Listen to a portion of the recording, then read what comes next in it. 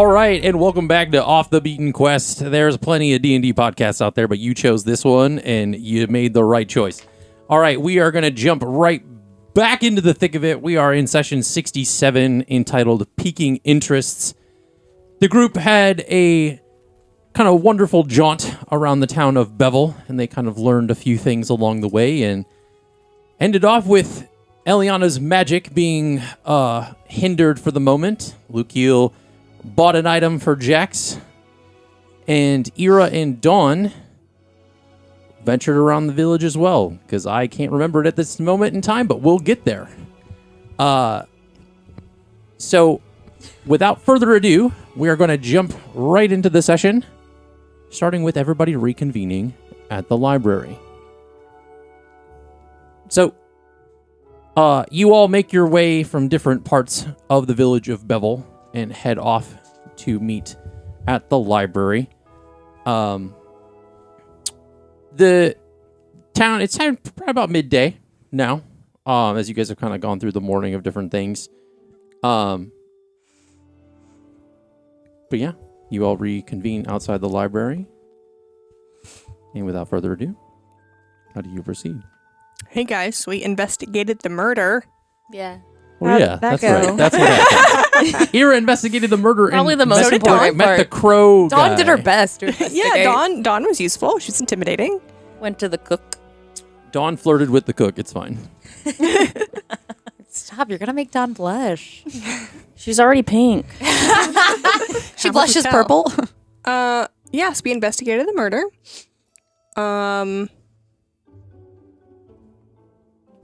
Not much to say about it.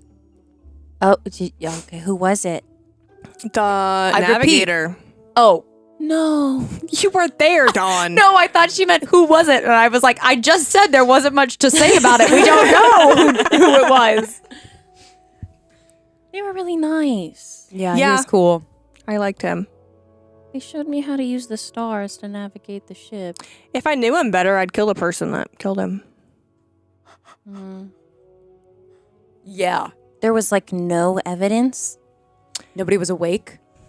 It didn't seem like anything Bless had really been shifted or moved in his cabin. Seasonal pollen, gosh. Yeah, no. Nothing, honestly, not a lot to report almost at all. Do you feel like you want to continue to try and find the murderer? I feel like that's a very good thing to do. I don't think we should just let this go. Well, it is in the hands of the local government and law enforcement. Oh. Honestly, I just kind of wrongfully used my adventure and sway to be nosy and see what was going on. Word. So I can't really do much about it unless a similar murder like pops up on like in a different area. And if it happens while we are there, Then there you go. it will be strange. But So you broke so it the shouldn't law. happen again. No, she didn't break the law. She just, No. I just danced was like, around it. Let me. She holds out her adventure necklace. She's like, just let me check it out, bro. It's not like Ira shouldn't be allowed to look at these things. She's quite wise and Yeah. detective-y. I just thought she Am was I? like Okay. super upholding of like the law. Exactly. And the law has been broken. So why and shouldn't I need Ira? to be aware just- of what's going on. And I like to murder. So You didn't murder him, did you? nope. And I No, didn't get it a was- chance it to was, since we didn't it know. was too quickly done and too cleanly done to have been done. Guys, I don't His have head my was still magic attached. right now. Thank you. What? Oh, yeah. What? What'd you say? That's a higher priority. What? So I tried to help her mother, and it kind of backfired. In what way? Tried to dispel some magic on whatever was running through her mother's veins, and it dispelled my magic, and I don't know when it's coming back. She was You said who? my mother. Which we knew that. Did you say we didn't find out who was running through her mother's veins? Just some sort of weird magic. Is your magic okay? Why, DM? Why are you looking like that? It was just the way she said that. She's like, do we know who's running through her veins? That's what she said. Does she not say that? Does she not say that? She did not. Oh. We don't Been know a long what's day. running through her veins. I thought she said we don't know who's running, and I was like, what? It's very within character. It's why it was kind of funny. Thank you. I'm glad that I'm in character. You know, and at one point you were blind too. It was, and then you like let go. And You were blind? What? Yeah, I tried to use this spell, Lesser Restoration, to try and cure anything that might be going on with her, and it kind of backfired. One of its things it can do is cure blindness, which she wasn't blind, but I thought like anything it could like get rid of. And then it made me blind Dawn, until I let go of his hand. Grabs your face and like squishes it close. And I'm like, can you see me now? Are you? Yeah. Blink twice if you can see me. Oh, thank God. So you're not blind now? No. Oh my God. I let go of her hand and of Verity's mom's hand, and my vision came back, but my magic did not come back. And I feel very disconnected right now. I would think so. So you can't do... You can't do who you are.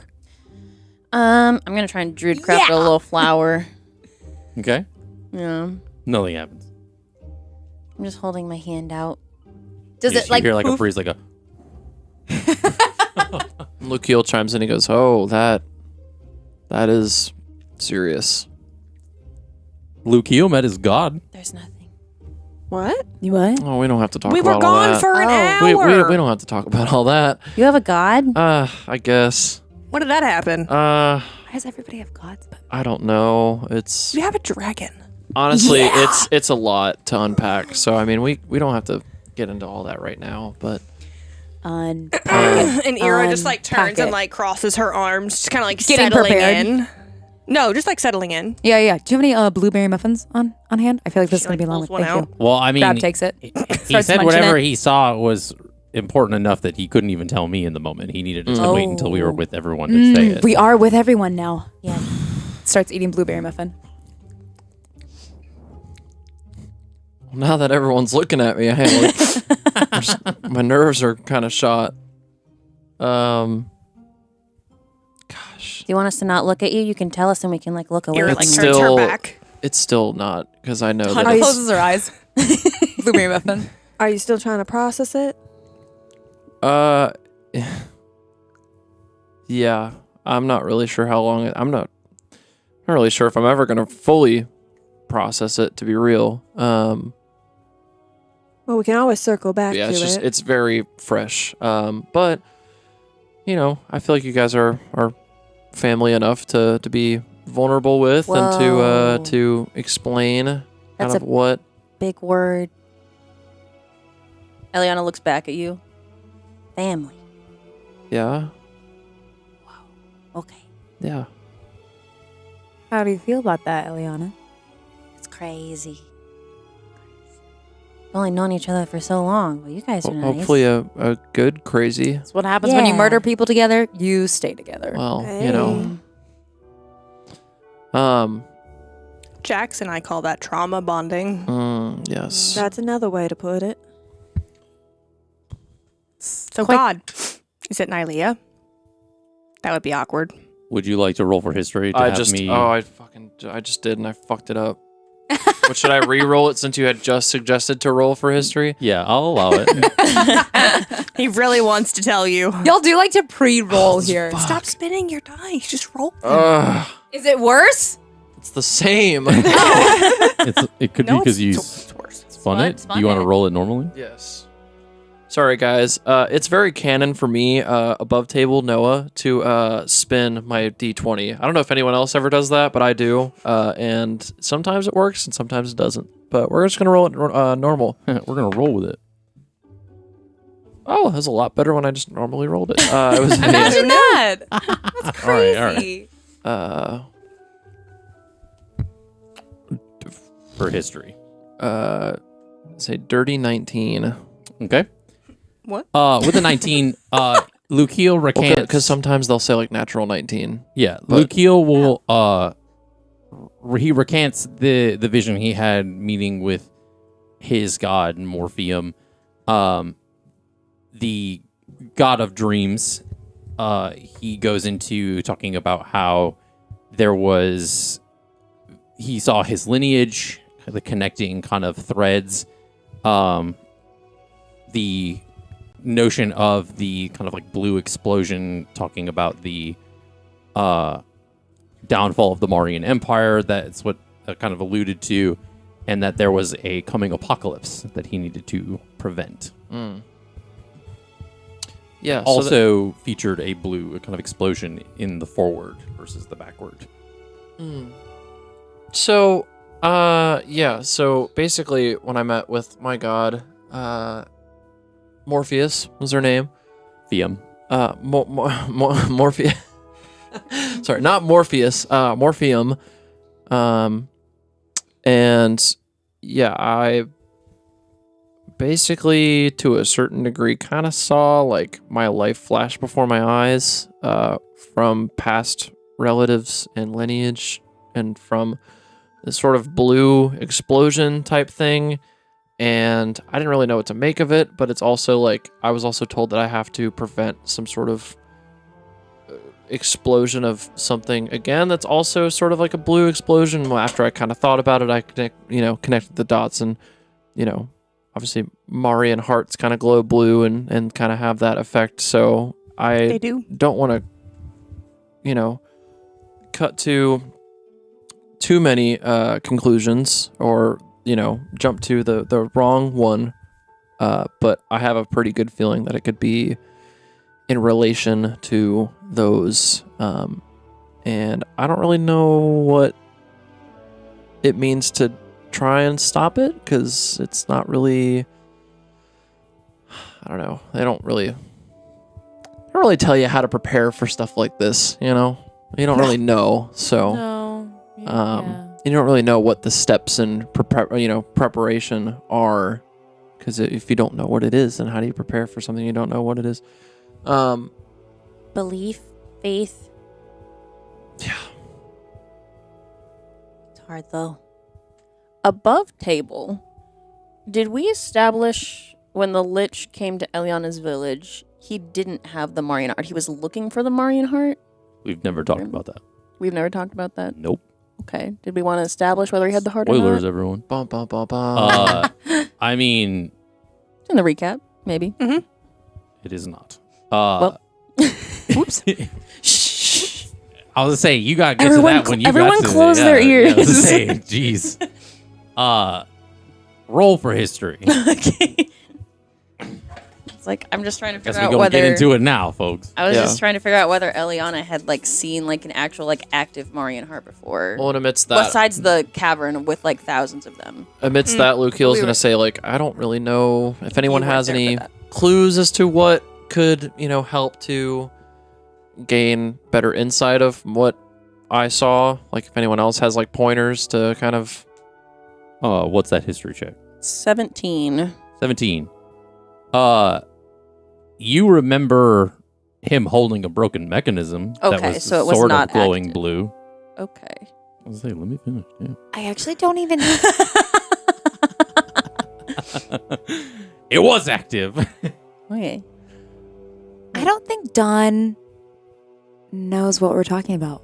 She would not know. No. Nope, Oh, yeah. You weren't You- there for any of it. You would have heard us talking about it in a couple conversations, but you haven't Or asked. I don't even know if I was there for. You weren't. Nope. It probably was too early on for me to give Mm-hmm. a shit to ask. 100%. Well, no, and you were.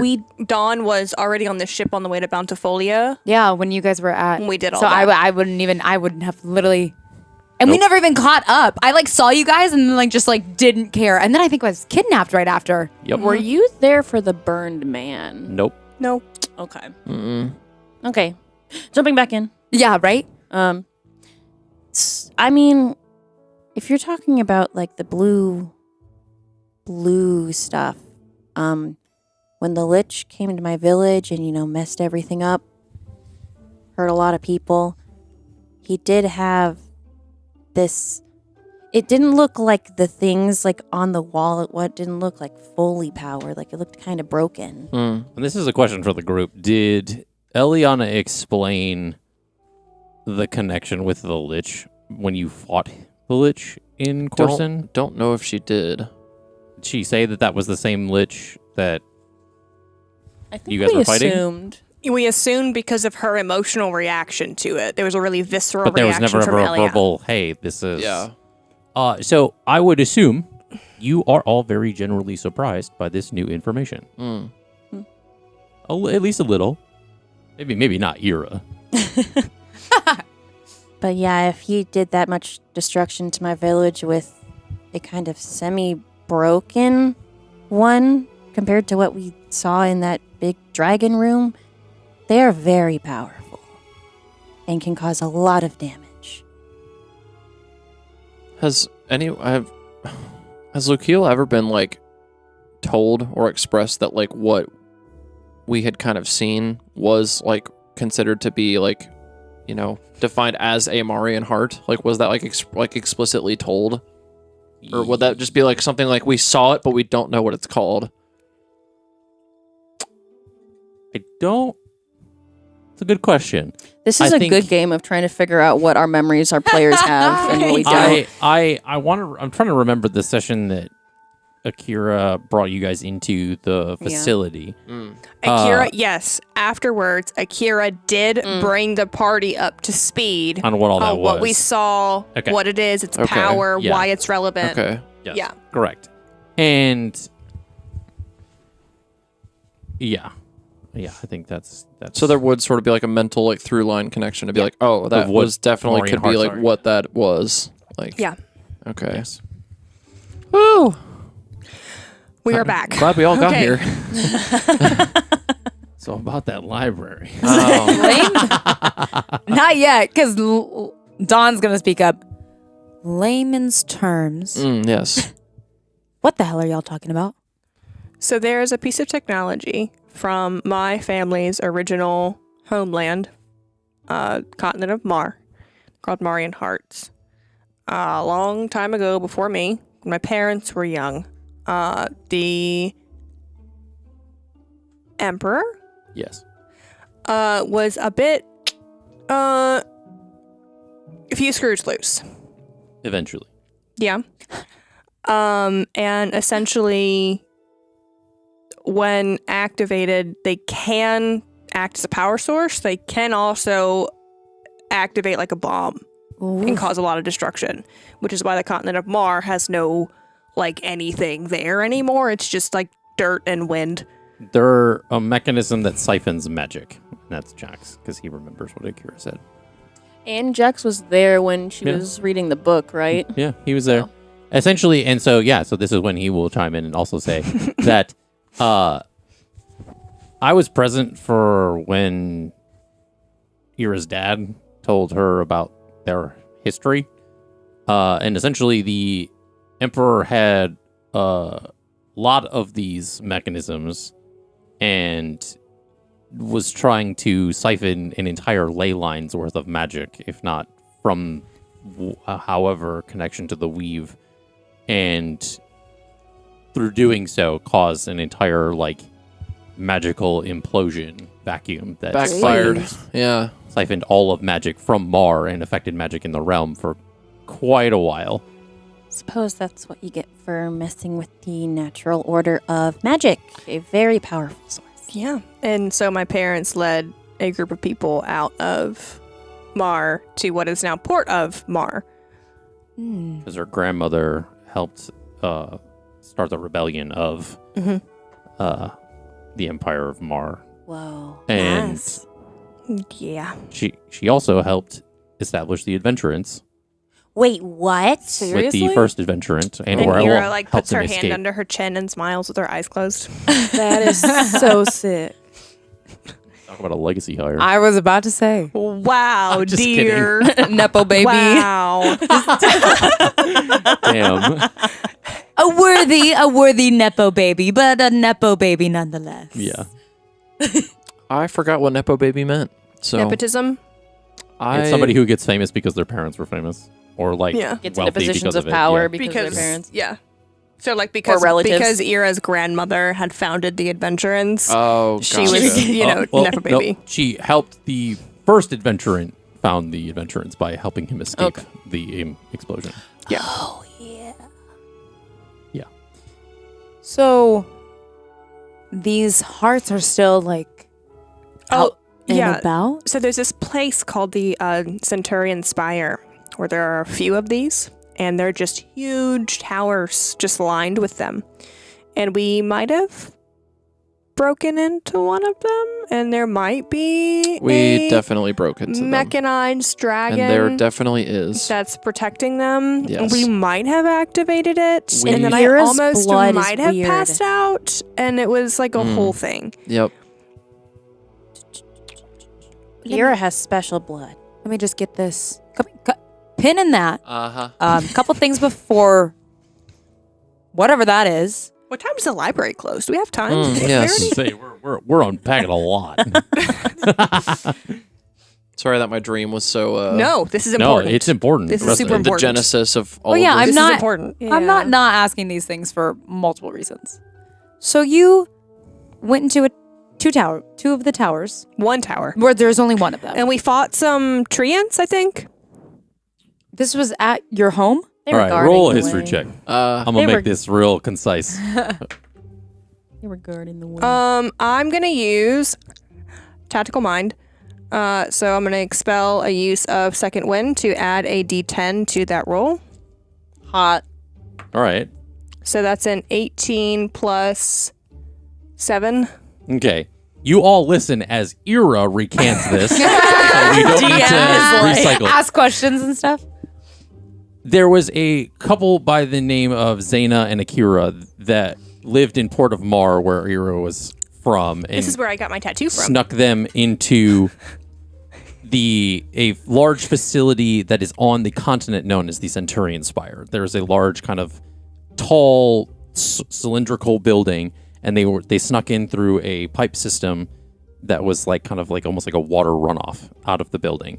And they snuck getting into this facility to see this large cavernous chamber that kind of went down for a very large distance, where hundreds, if not hundreds of thousands of Marian hearts were attached to different panels on the wall, all connected in a bit of like a circuitry kind of thing.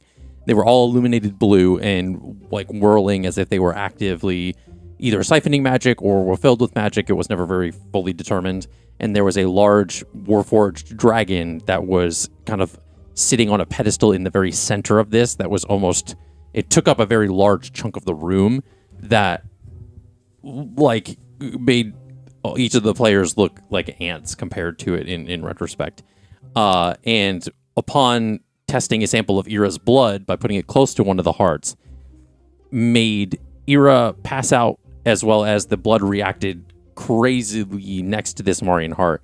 And there was an alarm that went off that kind of signaled that like somebody was in that vicinity and they had to kind of hastily escape. Ira almost passed out because she was able to get out. She was Correct. heavily dazed. There was a lot of like She was not headaches. unconscious. So you all hear all this. That's great. And Dawn and Verity are very much like hearing this information for the first time. Nina's hearing this information for the first time because we Oh, yeah, never. 'cause you were gone we for never, that yes, session. because I was gone for that Oh my session, so I God. didn't know any of this. Okay, quick. One more quick question. That's no. Wait, hold on. Dawn's literally like so confused by all of this because it feels like big information, but she still doesn't quite understand it. Why are they there?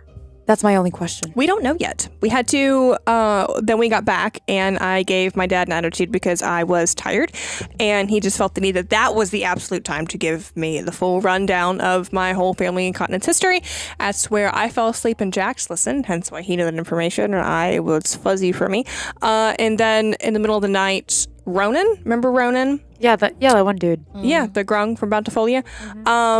He climbed in through a window and let me know that the Emperor of Bountifolia needed to see me immediately. So we had to leave. So we haven't really gone any further than that with that whole thing. You guys just left. And then you were kidnapped. I was kidnapped. I'm glad you came to Bountifolia, obviously, because You were kidnapped. I was, Well, you weren't at first. We got there and you were fine, and then you kind of were. Yeah, but turns out that I was gonna get kidnapped no matter what, because poachers.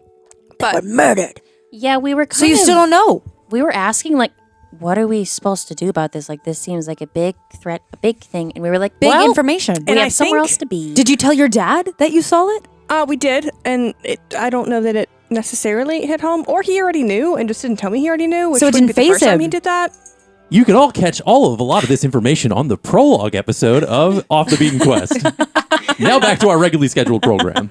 But after recapping all of that, Lucio, I think that all of that is like what you like got from Morphium is like super relevant because it ties into everything else. Correct. So now it's also a you problem, not just a me problem. Oh yeah, and Luciel's like great grandfather was a part of the Asimar army that stormed the Empire of Mar as well during the downfall of Mar. So there's that, and that's the journal to which he carries with him that he has fallen into a few times. And that was Jax, by the way. But don't ask Yes. any more questions, Don. Oh. You're done with the questions. Well, see, because I don't know if Luciel had really expressed that in depth to Jax, like all of No, that. Jax was you told that explained by visions my that you father. had seen in the journal to the group. Jax had heard the story from You're his father. Ira's father Oh, so you that kinda talked about a put the- yeah. Luciel Oliver as an Asimar put that 2 and 2 together. yeah. Gotcha. Do you think maybe finding the music sheets would be able to help stop whatever this is? You know, And you hear in the like echoing in the back of your mind, it's not a bad fucking question, buddy. yeah. As the Guess. muse kind of like standing behind you, kind of like crosses her arms. What are and you is looking at? rolling her eyes. Can I acknowledge to the group that I'm being talked to by the muse? Sure. There was never any rule that said you couldn't talk about it. Okay.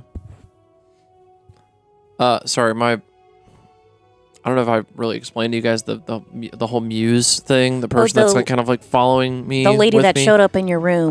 Yeah, basically. Not okay, Dawn. Not like that. Okay. Eyebrows. Okay. Anyways. He wishes. Okay. Alrighty.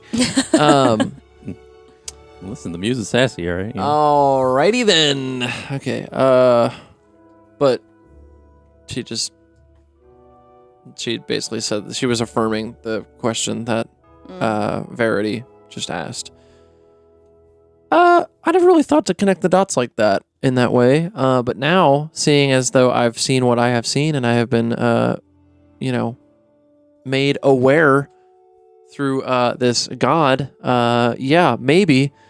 So we're gonna find out. But yeah, there's a lot of pieces to it. So there's like 13. So What Oh, if wow. yeah, there's a lot. So it might not be for a 13 while. pieces to the song? Yeah. How many do you have now? Got like one. One? Yeah. Because I was thinking, I was like, oh, we have one. Yeah. But we know where to find the next one. Well, we at least have a clue for it, right? I have one, but there is a clue in the form of kind of like a. It's not poem, It's like a poem or riddle, yeah. like a limerick or something. Maybe we can find something more in the library since this is Beville is a little bit closer to Rivermire and Bogmarsh. Would Segue. so I feel like would Luciel have been able to like know that like the tellings of like where the next piece would be without that it would allude to Bogmarsh? Yeah, that was I the feel like reason when we you were guys going were there. in the library in the Bloom Kingdom, you would kind of put that together. Oh, well then yeah. Yeah. So and then Luciel's like, actually I feel like what it's saying in like kind of like the clue is alluding to like going to more or less just going to Bogmarsh because I think that's where it's saying it might be. So What's the clue? fuck. I think you read it to us in the thing. He did. He He did. Oh. did. So you know this information. He wrote it down. He did. As a player, you wrote it down. I do believe that it is in Did your I? notes. Oh, it got its own page.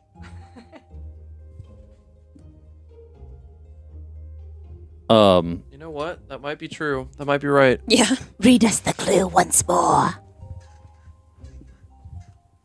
Oh God. Oh, that face does not seem promising. The trees are tall and the ground is marsh. The climate here is humid and harsh. To find the next piece, don't be remiss to get your hands muddy, buddy, for this is one piece you'll surely miss if you don't dig it enough. Don't dig it enough? I can't, like, what session would that have been where I would have... That's exactly what it is. It's right here. Well, yeah, but I'm just trying to figure, like, what... 57. You don't have to find it. That's okay. What if the magic... So, you said... Well, when you were playing that part of the music sheet, your magic, like, surged to do, like, a lightning thing. What if it's, like... It did, yeah. I remember it was, what was it, Usagi that had expressed that to me? Yeah, because I think the only thing I wrote down in regards to the after effects of that was Lukeal is scared shitless of what may happen next. So he still feels that feeling. Maybe the music sheets are somehow like a parallel to the Marian hearts in like that they hold certain powers. Maybe it could be an offset. This is just me theorizing. It could be. I don't want to come to any sort of like false conclusion of that it would be that, but then It's just brainstorming like what the possibilities might be. No. So what we're saying is that we don't really need to go to the library because we already know where to go next. Essentially. Well, about that, yeah. We can go to the library for So more what are we stuff. going to the library for? For other things. Okay. I remember somebody saying something about Verity's sister, but I don't know. Oh. But we are closer to Bogmarsh, so maybe there's something else about it. Maybe there's a better like map. Yeah, no, too. you made a good point. And were we able to find a whole lot of on the Nocte Mountains? What about Verity's sister? That was the thing. That was what we were gonna do. We were gonna look for There we information go. on the But mountains. Lukeal's like, so what about Verity's sister? I think half What's this going table on? has ADHD. Fucking sure does. No, We're There's just a lot of puzzle pieces. I just want to make that very abundantly clear. we're just not going to acknowledge Verity's sister about that whole thing. We're just going to like, Well, it seems like she's trying to avoid it. glaze over that. I think she's confused on what we're referring to. Huh. I don't know No, what we're referring to. And this is Jax. I'm going to Yeah. say this as Yeah. Jax. Uh-huh. Verity said that she was going to introduce us to her sister at one point Okay. Oh. this morning. I mean, we're here, so why not now? Is she a librarian?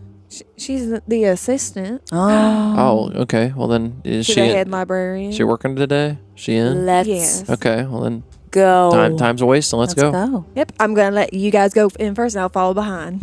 Really? So Okay. the exterior That's of the weird. library has like a stone exterior that kind of blends seamlessly within the forest. It's because it's like kind of on the outskirts of the town. It's window draped with hanging ivy, and its steps are kind of surrounded by wildflowers. As you open the door and enter in, the high ceilings, the library has walls kind of lined with different books, maps, and scrolls. It's like kind of a long, like kind of sets of shelves and different things, kind of giving it this like vast appearance. It's lit by there's some like floating orbs in the midst of this open space, and the smell of parchment, wild herbs, and fresh wood kind of fills the air. As you enter, you see behind the desk in the center is a tiefling, and the Verity will go ahead and describe. Hey, so Nadine is a red tiefling. Her hair, instead of being down like it was the previous night, is now up in like a tight French braid. And she's got her round glasses on, looking very studious. Don't know what else to describe again. Fine. As the group kind of like walks towards this like desk, you are kind of seen kind of amidst these people in behind, and Nadine looks up from like a book that she's either checking in, or it's kind of hard to tell what she's doing with it, but she's like looking into this book, and she looks up, and you hear kind of faintly like, "Oh no, not today." Hey! What are you doing here? Listen, they need help finding something. I thought I'd bring them to you. You know everything. Hi. Yes. Welcome to the Verdant Library of Sages. How can I help you? And she kind of like is looking kind of around to see if like her boss is like watching her from a distance. I'm not gonna do anything. You better not. What's happening? Verity, were you gonna do something? No. What? We are coming into this library as patrons of your establishment, and we are being treated disrespectfully, and I'm trying to figure out why. Any issues with your sister are issues with your sister. We are not aligned with that. So we need assistance gathering information. I mean, you get the vibe that when she was saying that she was talking to Verity, not all of you. But it made Ira feel like that there was an issue with the whole group, not just her sister. Just the fact that we were with her made us less than. Roll an insight check.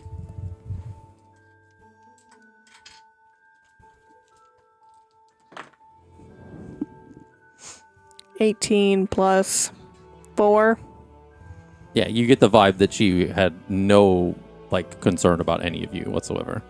Which is worse. She's there to help us. She was mainly talking to her sister. Are they like close together? Or like Verity's like standing at the desk? You guys are all standing at the desk, yeah. Like, and it is a very interesting group to walk into the library. I will say that for sure.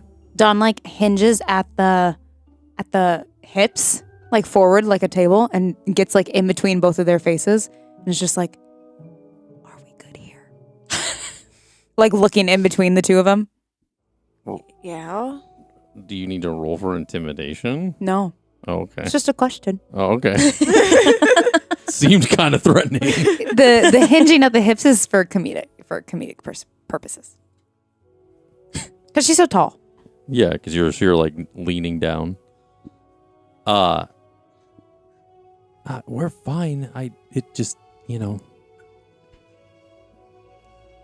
she doesn't normally come to visit me, and I honestly, people that look like all of you, and it's very alarming given the state of this village. And Looks like us. Yeah, I know. We're a beautiful, beautiful, handsome bunch. It can alarm anybody. there's a lot of colors. Yeah, no, I'm not gonna lie. Thank you. You are too You're kind. red. We don't want to be treated like You're red. celebrities or anything like that. And you but act like you haven't seen a furbolg before. Your boss is a furbolg.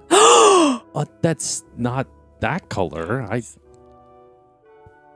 And you hear, does somebody need to speak to me? And you see, let me get to my description. You see kind of this 7-foot tall, yellow skinned. It's very much like a soft yellow, not like a mustard yellow. Intricate markings of like sunbursts and swirls kind of like faintly on her skin, kind of almost like a vitiligo kind of pigmentation. She has short and slightly tousled golden wheat hair with strands of kind of some like amber running through it. Almond shaped eyes, luminous, kind of like this honey gold color, ears long and kind of gently tapered, very similar to that of Dawn's.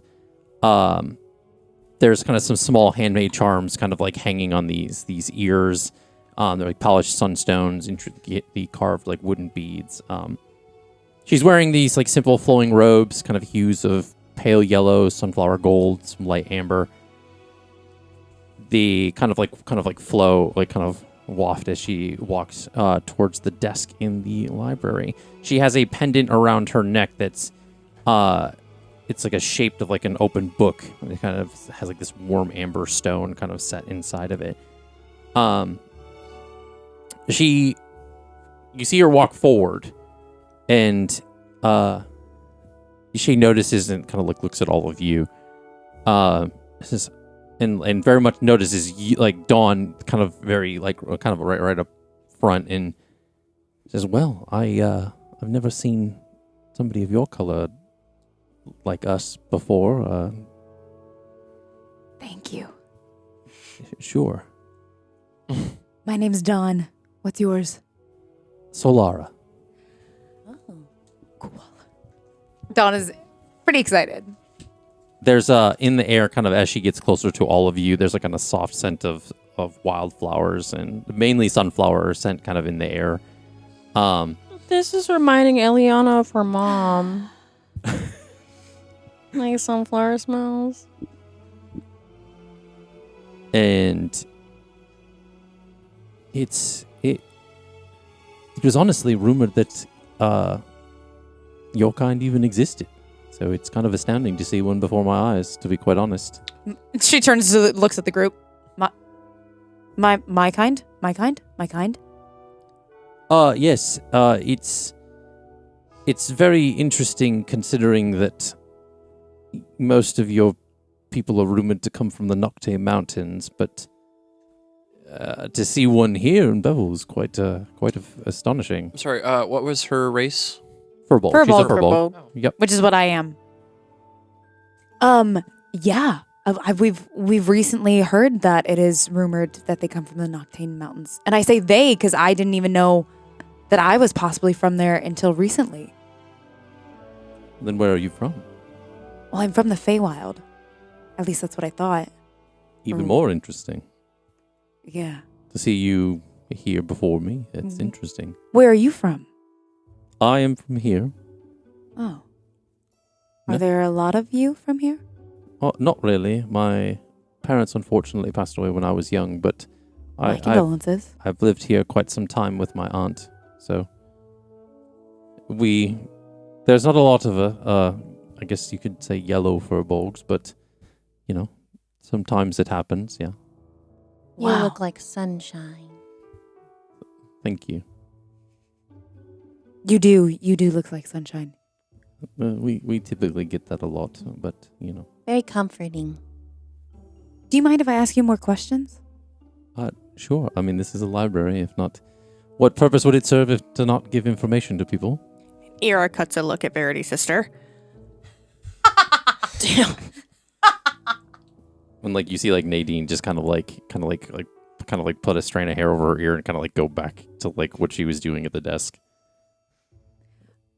Do you have any other rumors or legend about furbolgs from the Nocte Mountains? Have you even ever heard of anybody going there? Not particularly. That is quite a treacherous feat due to the physical dangers that kind of exist around there, because there's a lot of it's a vast, foreboding mountain range. It kind of stretches across the horizon with a lot of towering, jagged peaks kind of cutting through the skies, almost like ancient teeth of a beast. Oh. And a lot of the outer edges of these mountains are pretty much composed of a lot of harsh, treacherous terrain. And there's a lot of sheer cliffs, deep ravines, a lot of unstable rock slides. So people being able to traverse it is nearly impossible, if not a suicide mission, to be quite candid. Do you have any books on how one might traverse the mountains? Or anything about her purple? Maybe that might... Unfortunately, no. There's not, again, because people have not explored that area, there's not much to recant, if that makes any sense. Well, if you're saying that her kind originates from there, would that... It's a rumor, yes. Would it pretty be good one, outlandish right? to suggest that maybe only her kind would be able to scale the mountains? And only her kind? Could be quite possibly a hypothesis to make, yes. Because obviously the rarity of her, as you're expressing, could indicate that,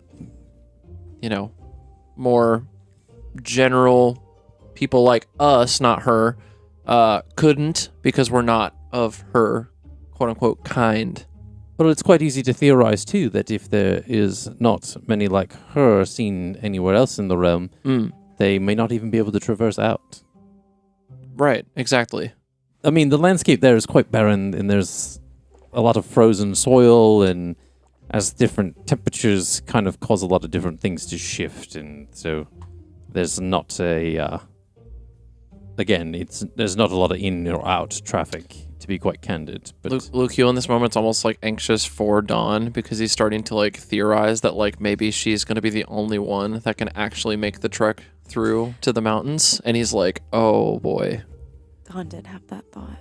She doesn't like maybe that we thought. won't be able to I will say there is a larger subset of mountains kind of within the mountain range that kind of stick farther up into the skies.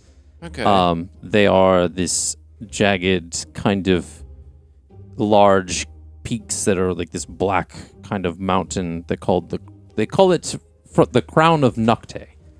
It's kind of central massif of towering spire-like peaks that pierce the skies. These mountains are even more imposing than the surrounding ones, given that their jagged edges cut through the clouds like blades. And the weather and terrain atop those is even rumored to even be more vicious, and most of the time is undocumented, given the fact that the altitude to which they extend. Do you know if there's any caves within the mountain? As far as the weather? Are you talking about the weather? Caves? Caves. Okay, sorry, I did not hear that full. Her accent can be a little hard to understand sometimes. Trust me, I work with her sister. I understand. Verity would have that reaction. As far as caves, I don't believe so. There's not many. Because if there was caves, I would assume there would be something to connect exteriorly, but I don't believe that exists either. The nature to which of the surrounding soil and rock faces and stuff, and how unstable most of them are, one would only assume that if somebody tried to cave or dig through the mountains, that they would cave in kind of almost immediately, as a lot of the rocks could be unstable. And I do have an idea for how we could scale them. Wait, I want to make a note that in this conversation, when I met you, my ears were like normal, high, excited. Now they're like really drooped. Okay. Just a little note. Go on. Drooped in a bad way? Yeah, like a sad cat. Oh. Just like Dawn started very positive, but then she's starting to realize more and more like, what if I have to leave the group to find answers? Like, what if I just never look for answers? You know, she's having lots of thoughts while having this conversation, and she's getting quieter and her ears start to droop a little bit. I don't know if anybody like picks up or cares about it, but that's happening. I mean, a lot of the residential folks of that area, as they're close to a larger city, believe that there is a malevolent force that's rumored to kind of dwell within these mountains. There's a lot of claims of hearing whispers carried in the wind, or they see flickering lights amidst the mountain slopes at night. No one knows whether these are a product of the mountain's cursed past or if there's something more sinister. There's a lot that are drawn to the power that could still be hidden in the peaks, but nobody dares to try to face it.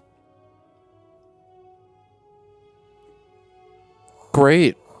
Yeah. Dawn is still speechless, like completely. That's great. That's We'll figure it out. interesting. Yeah, at least now we know more about it. Where is that? Where do people sense this? The village, the city around that is that of Bogwash City. So a lot of that is a very large, swampy, kind of waterless area. So it could also be a part of the unstable terrain, given how of the humidity and the moisture that kind of exists in that area. As most of the city itself kind of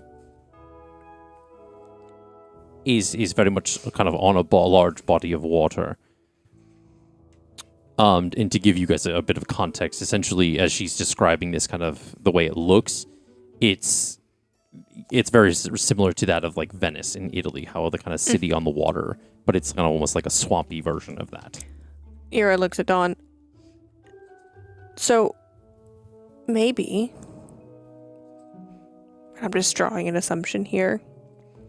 We go to Bogwash City, and maybe there's a local guy, person, lady, thing that does all of those that does traverse the mountains. That's just like one individual person. Well, I've moved locations for much less information before.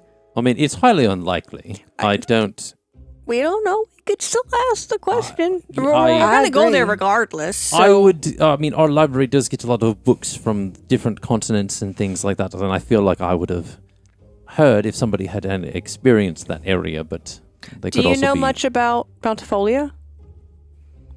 Sadly, no. That is the one type of area that we do not have a bit of communication I have been with. there, and I could tell you a lot about it. So I would like to go to Bogwash City and talk to people who live there who know a lot about the area.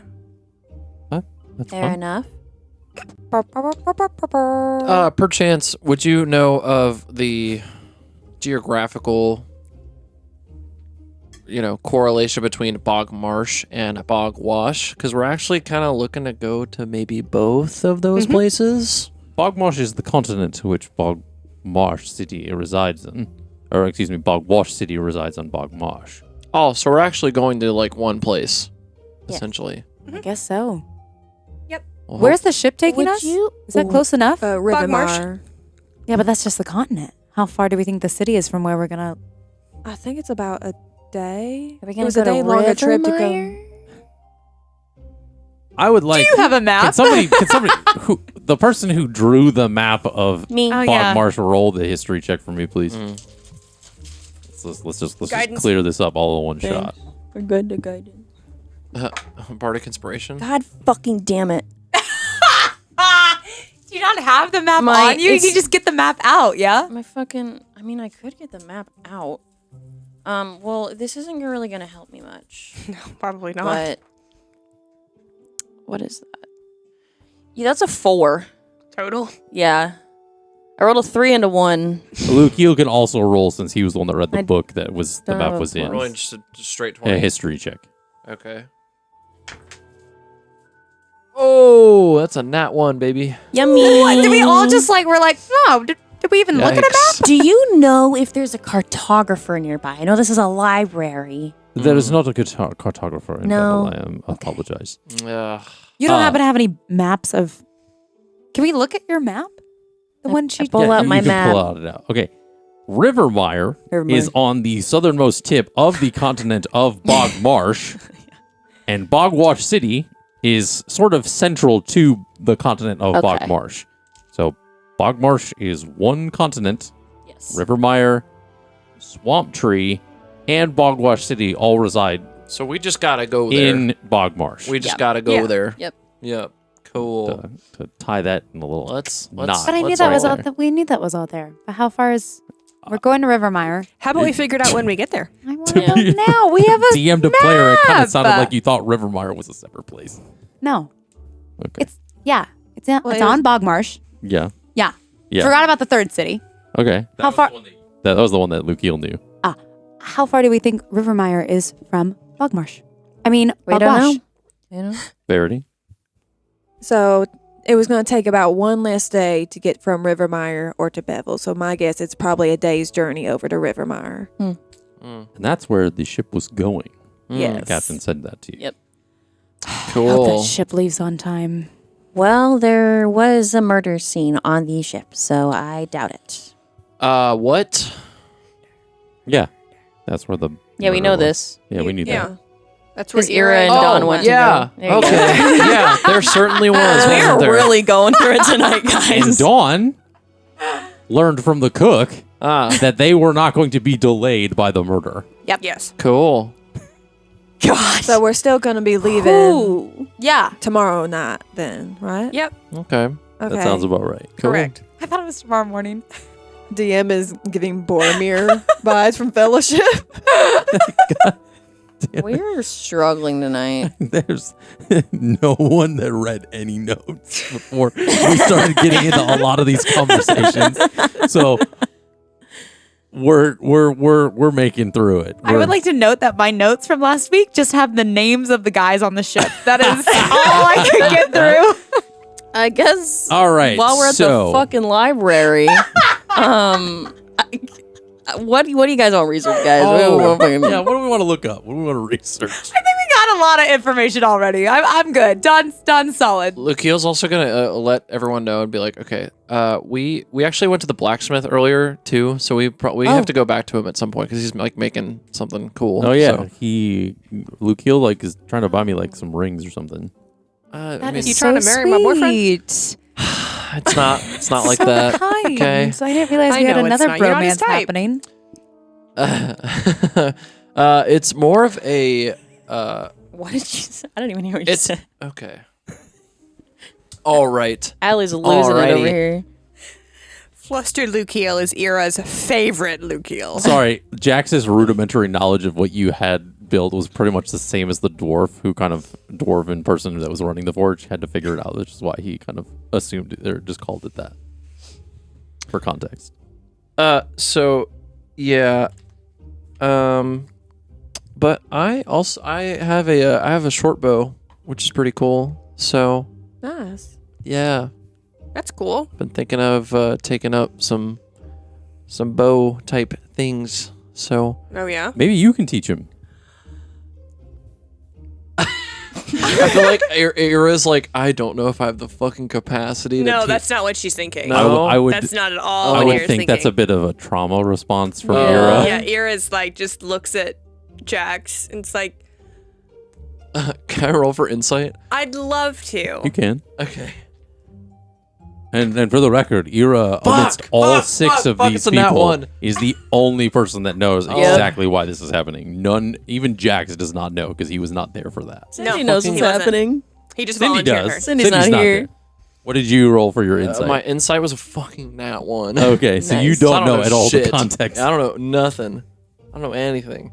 I'd love to. And in her mind, she is never going to bring it up to Lukiel. Oh, I but roll my an insight my check? passive perception or my passive insight is like higher, definitely. What is it? My passive perception's 17. My passive insight's 14. We're 14. We're Okay. we're the same. So 14. 14 14 and 17. Eliana, are you rolling insight? I only rolled a Damn it. 12 on my insight. Okay. Because it's like I Sounds feel like nice. Lukiel would have like heard like the change, the change in the tone of her voice, and like been like, oh, why? No, was that? I don't think it would have been a big deal. She just would have just kind of just like, But it's like, why did she say it like that though? You can ask. Why did you? I'm gonna roll for insight. Why did you Dawn say does. that like that? Okay, roll for insight. That was a 10. Okay. God, all these fucking DCs. So Lukiel asks Ira directly. no reason. Do we have everything we need? Well, that would. Is there anything that I can help you with at the library? What do you mean, no reason? Are we good, guys? No. No, I'm asking you. Can we step outside so you don't start yelling? In a library? Nadine, I please be wasn't sure gonna to yell. give them anything that they need. I'm gonna go back to work and just. Oh yeah, sure. I would like to see if you have any cartography for dummies in this library. And this is Nadine now. I don't. We don't have anything like that. There's not really any map making books, unfortunately. Shit. Luke, Thank you. Ira's gonna grab Lukiel, just like hook her arm through his, and walk outside. Okay. So So you exit the library. yeah. So basically, and I don't exactly need the whole party to know this because I don't need the whole party to be like, oh, you shouldn't feel bad about that. Basically, my old, I guess, because I'm the only one that really knew him. Jax kind of did. Party member, he got this like super magical bow and I taught him how to use it and then it was a whole thing and now he's dead. So it's like a whole thing. Yeah. Okay. Kind of trying to connect the dots as to what. I don't know, How that dude. would have led Last to- time I taught someone how to use a bow, they died. Okay, what were Do you there? need a more linear line than that? Were there different like implications as to the events that led to that? And I mean, why- he got nailed to a post on a boat and murdered. So yeah, I think that it's a little different, but Okay, sorry. Maybe I don't have like all the context to all, but like, maybe I haven't processed enough to talk about it. And she turns around and goes back inside. Fair enough. I know Lukiel. Okay. Lukiel's like, I didn't know I hit that kind of a nerve. I don't know what. Just trying to learn how to use a bow. So you head back inside, and the rest of you, as this conversation was happening briefly, decide to do or say or engage however. Verity's gonna kind of look at her sister and go, so I had, and she kind of gestures to Holy fucking. Yes? Anna. Keep your mic in front of your mouth. That's what I was trying to tell you. I knocked mine over. She gestures to Eliana and goes, Eliana looked at Mom very briefly. I'm an herbalist. Great. What does that mean? Why did you say it like that? No, let's subject Mom to more poking and prodding. That's great. There was no poking I and was just trying to prodding. help. Yeah, a lot of people have tried to help.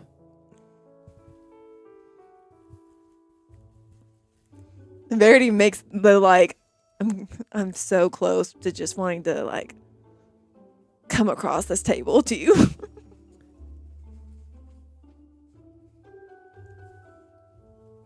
Well, I'm so sorry that people showing care and consideration is upsetting to you. It's Damn. not. But our mother has been through quite a lot, and so it's something we kind of are just trying to keep her comfortable at this point, since nobody else seems to kind of know what's going on. Damn. Well, there's certainly something more powerful surging through her because it canceled out my magic. There's a powerful force happening. I don't know what it is. All the more reason you shouldn't have messed with it. She was just trying to help. Yes, a lot of people have tried to help. It's apologies. It's a sensitive subject. I appreciate that you tried to assist, but I think that my sister should have talked to me about it first, Well, you were at work. so you knew where to find me and could have asked. Dawn turns and starts whistling and goes and grabs Jax's arm and is like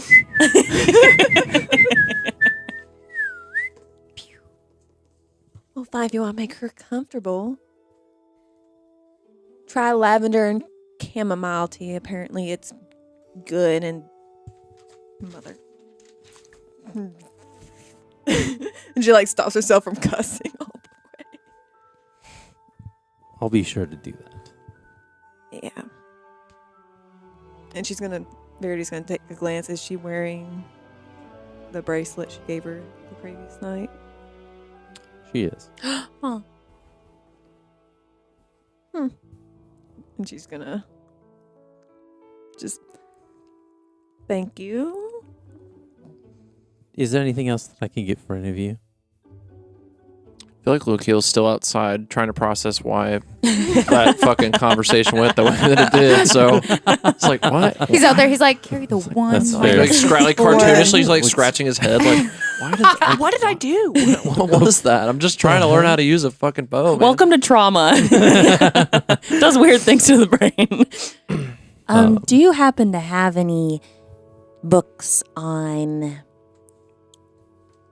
I suppose, blockages of magic? I mean, we do have a lot of books on different blockages, but I don't know about that kind of one. Okay. Any on the gods of death? I mean, you can check our religious section. There should be some about some of the pantheon of the realm, but you'll have to look into the specifics. I know they Okay. cover a lot of bases, but Well, thank you. And she turns You're welcome. very tightly on her heel and goes to the religious very much section. matches your volume and inflection. I hope you're hungry for nothing. Quite the two librarians to be like, we have knowledge. And, well, do you have a book on this? No, fuck you. We don't. Nadine does have an encyclopedia in mind. So if she says we don't have any, or that they don't have anything, then they don't have it. I'm going to the religious section and I'm going to cast enhance ability on myself. No, I can't. I can't fucking cast magic. Just remember, and I guess, as Eliana wouldn't know this, Yeah. but I've told you that you have 4 hours hours. before it comes back. Has enough time passed for Ira to be back inside? Yeah. Okay, she goes over to Eliana. She's going to help her find whatever she's looking for. Okay. Well, thanks. You two can make investigation checks. Dawn, Verity, Guidance. what are you two doing? Or are you just tagging along? Dawn will eventually tag along. She's poking around. Just Are you looking for anything in Making particular? time. Processing. No, everything I asked about, they were like, no, sorry, there's no information on that. Oh, okay, well, we're going to go there. They're probably not going to know anything. Dirty 20. Okay. Dirty 20, 16. 16. You met a whole person, Dawn. And Yeah, you know, I know. what? Be grateful because you got a lot of information on the Nocte Mountains, to be quite fair. Yes, I know, but then Yeah, you keep it asking definitely- me if I want to go look for anything. I'm like, no, I got it. And then I was like, look, you have agency to do as you wish. I just am making sure that you exhaust any options you want. There's nothing wrong with that. I think I feel like there's that- something else I should ask, and I don't know what it is. To be quite candid, I don't know I feel what like we you're... definitely have as much information as we need. So, Dirty 20, 16. 16. You find books on different gods and pantheons, or of the pantheon, excuse me. But there's just kind of some of the same rudimentary knowledge that you know of Thanatora that you found in other libraries. I figured, but I thought I'd check just in case. Okay. Oh, where's Verity? Verity's probably just leaning against a wall somewhere. Eileen. Hey, Verity. Yeah. Do you want to see if we can try and find that book that you found at the other library? See if you have it here. Verity kind of just like goes through. It's like, shh, we don't need to talk about that here. Okay. Actually, let's just not talk about any of that in this vicinity. You want to do it secretly? Just anywhere where my sister ain't. Okay. Let's go in the corner and see if we can find it. Okay. Verity's like looking around, like very paranoid. Mm-hmm. Okay. Do I see? Is she nowhere to be seen? That's what I'm trying to. Oh, like, are you, like, away from Nadine far Yeah. enough? I would, yeah. I mean, I guess you guys went off to one corner of the library to try Okay, cool, I'm gonna cool, give- quote-unquote find the book. I'm going to give you guidance. Give me guidance. D4. What? Nothing, just continue. All right. Just, it's fine. Damn. Okay. You roll. What'd you get? Oh, crap. Well, are you you're- looking for the book? You're rolling for There investigation. you go, buddy. Just roll it. It's fine. Investigation. I'm blind. Plus a D4. I guided can. I you. got a 24. Oh, okay. So 28 plus the 4. D4, but What'd you roll in the D4? I didn't roll the D4. That's Oh. just 26. 26.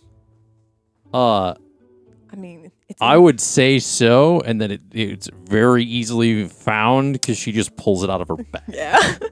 oh my fucking! I was letting it fucking play out. I wasn't gonna say I didn't know if anything. there were multiple copies. Okay. It's fine. Let's keep going.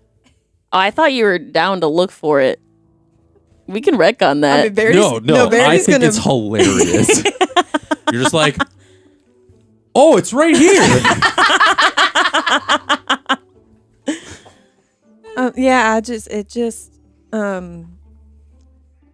Yeah, it just showed up.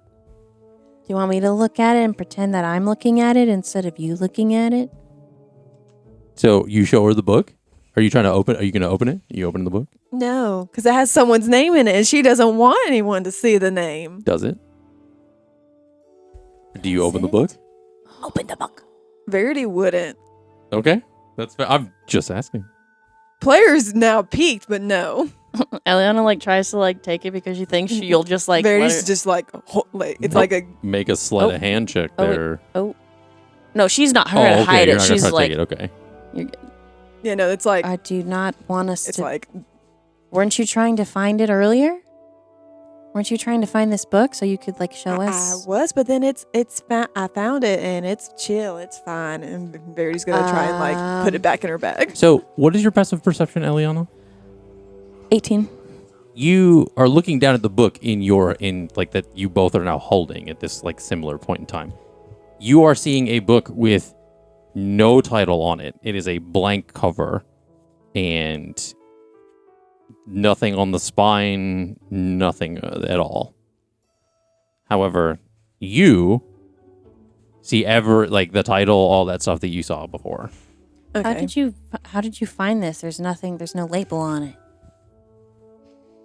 Wait a minute. It says it clearly right there in like the gold yellow lettering.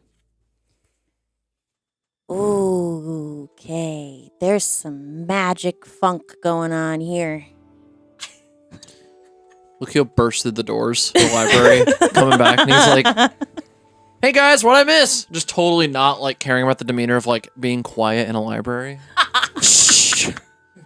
Like Nadine is like, Sorry. Verity's gonna. Sorry. We're over here. Take a left and then a right. We're right here. Oh my god. Ira walks up to Nadine. I apologize for my comments earlier. I understand now. There have to be like other patrons in the library that are like all There's a lot like of turning people, their like, heads. They're looking like- what the fuck? Just follow the sound of my voice, Lukio. make a wisdom saving Oh my throw, Dawn. god. The like so like total awkwardness of like that being in a fucking library, dude. Oh my god. Wisdom saving throw? Yeah. It was an 8. You hear kind of, and this is almost like echoing just as much as you're yelling. You hear silence, and you now are under the effect of the silence spell. It's command, and it's only for 1 minute. That was Silence not. is a different spell. That's an actual spell. Oh. Yeah. It's not like a condition. I'm always getting cast shit on me. Well, Yeah. that's what happens as a barbarian. I'm sorry. Yeah. Well, what does the title say? The same thing that I told you back in. Okay. The Bloom Kingdom. Well, I don't see that. Lukio goes up to this like, where's your sister at? You see where she went? Why do you want to know? Do you want to ask her something? And she's kind of like I think he went eyeballing, up like, to Nadine's. Yeah, I went up to Nadine. I was like, Yeah. where's Oh. your sister? Because I'm trying to find you. I thought you were talking to Verity. I think they walked somewhere over there. The loud, tall one was yelling, but Yeah, this she is was. This is a library. Mhm, This is a yeah. place of decorum. Sorry that I didn't. I kind of forgot when I came in, but That's all right. You didn't continue. She did. okay. Gotcha. I will maintain my, I would hope so. calm demeanor. Cool. I'm gonna try to find her. Well, I can't see the title in the book. Maybe I can try looking inside He's to like- see if it's I different don't- from what you're seeing. Making his way. Yeah, no, I don't think so. And she's gonna jerk Why it are you okay? out of her hand, Oh, Oh, phrasing. stuff it in the bag. Okay. yeah. Are you there, Verity? Or Elliot? You're a Jesus. I thought so. Yeah, she is. We're all kind of like clustered in I'm there. getting In that I'm getting a alley. contact confusion from the table. Would an 18 on a sleight of hand get it out of her bag? Oh my god! You were gonna roll for perception to see if you noticed this. How long does my silence last, by the way? If it doesn't work, that's fine. I believe keep silence the lasts second Hour. Perception. second wind.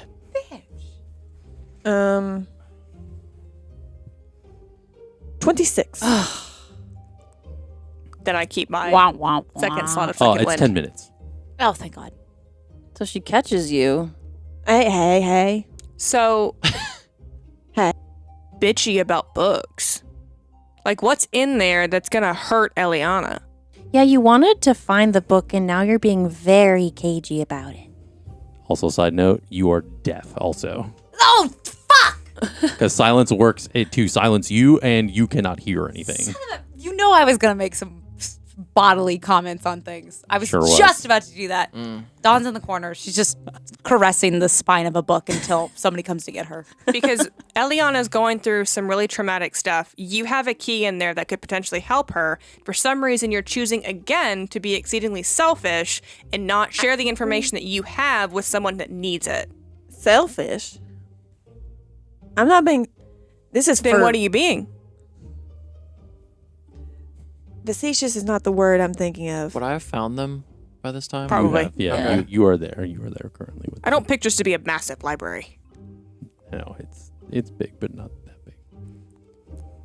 It's just for everyone's protection. Let me guess. Has to do with Let me guess. Your ex-boyfriend gave you the book and his name's in the front cover. We are not going to talk about that here, especially with it. No. We don't talk. Is that what happened? Is that why you won't give it to her? Because Brosif's name's in the book? No, we are not talking about him in here, especially with my sister. Go ahead and roll for perception again, please. Fucking hell. Is he there? Yeah, I mean, Jax is there with you guys. I know he's often 16. forgotten. So with a 23, you feel like a and he hands it to Ira. Thank you, dear. You motherfucker, Jax. Number one thing you need to learn, he's always on the side of the good guy. I'm just I'm in the best interest of like not hearing everybody yell at each other. And so Ira, like, can Ira read the cover of the book? Can she see what it says, or is it blank for her also? It is blank for you also. Okay, so I open the book. There is it empty? Nothing but blank pages on the inside as you see Ira flipping through it. You see words, but Ira sees nothing but blank pages. Oh, and like invisible ink. I would like to cast Detect Magic on it. Okay. Boom. Done. I'm going to need you to make an Arcana check for me, please. Okay. And I'm going to play this a little differently with this Detect Magic. Nope. What the heck? Did you just roll like 3 dice? When you detect thoughts, the person knows you're trying to detect. That's not gonna to do it. detect their Yes. thoughts. If you probe deeper, they do, yeah. Okay. Damn it. And what was it? A Arcana. Maybe it will be okay. It's a 15. With a 15, the spell does not seem to detect anything on the book itself. Okay. It was not it didn't like, I guess for above table preference, it didn't pierce the veil, I should say. Is Lukiel near us? Yeah, no, you guys are all together. Dawn's Do just you- the only one that's kind of like a little tangential to the side, kind of just like Verity's fucking going with to try the and book. snatch it out of your hands as you try to give it to Oh, her back's turned to you. She's still going to try and like reach over and try. Hey, Dawn. Well, you can't hear me. But I literally can't hear you. You're going to have to come over and tap her on the shoulder. She cannot hear I mean, and she cannot speak. which is Ira doesn't know this has happened. Oh, so she can say it. Then you're literally speaking into the void because Dawn is just Exactly. stroking the spine. Hey, Dawn, can you make sure that Verity doesn't act like an idiot? I just need that book back, please. What? Just I tap her can't on the speak. shoulder. I can't even speak. Okay, she turns, obviously. Your mouth can move, but you can't act. No sounds coming out.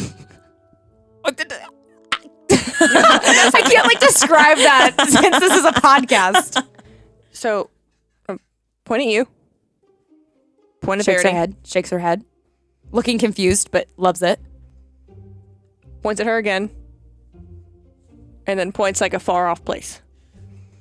Dawn like confusedly like stumbles over. Because Verity's also like, no. Points at Ira, no. Verity is making wild arm gestures, and Dawn just comes over and just like smiles at her and like looks at Ira and is like, okay. I'm going to Take her And over then there. and just like Shadow Step. bear hug. Or not Shadow Step, sorry, Misty Step. So do I like hug you and then you just vanish? Yeah. Yeah. I'm gonna Misty Step, like, kind of or in a way where I can try and get to. Okay, that's book. fine.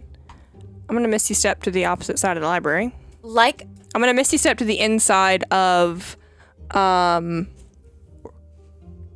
Solara's office So you Whoa. misty step to Solara's office. with the book. So I try.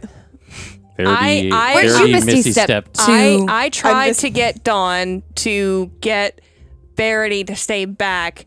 Ira does not know that Dawn is under the silence condition right now and couldn't hear anything, so she still did it anyway, but she didn't know. Okay. So then she did like some pointing and stuff to like try to get Dawn to understand. Okay. It like kind of worked, and then Verity tried to misty step to like the book to like get it away, and then Ira misty stepped to Solara's. Or did you try to Misty office. Step like away? I try to Misty Step far enough away from Dawn, but close enough to Ira to get the book. Okay. And then I used my one use that wasn't a spell cast of Misty Step to... Okay, so for this tangential kind of series of events, you're going to make a sleight of hand first. Okay. Just playing musical chairs. Right. Dirty 20. Dirty 20. You essentially will make a perception check just to kind of see if you can avoid this kind of like quick grab. 30, 20 plus 7. Okay. 27. So in a series of quick kind of like Verity Misty steps to kind of grab the book as Ira like moves and is kind of gone within the vicinity of the group. I Misty Step into Solara's office. Is that within about 30 feet? You're gonna... Did she go into her office?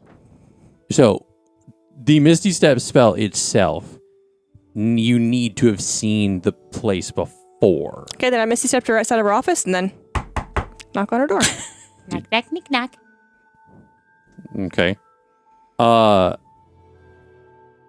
I'm also going to challenge you just a slight bit. Did you know where that was? She came out of it. No, she just came from You said she came out of her office. No, I said she came out of off to the side. Didn't you kind of know as that was talked about?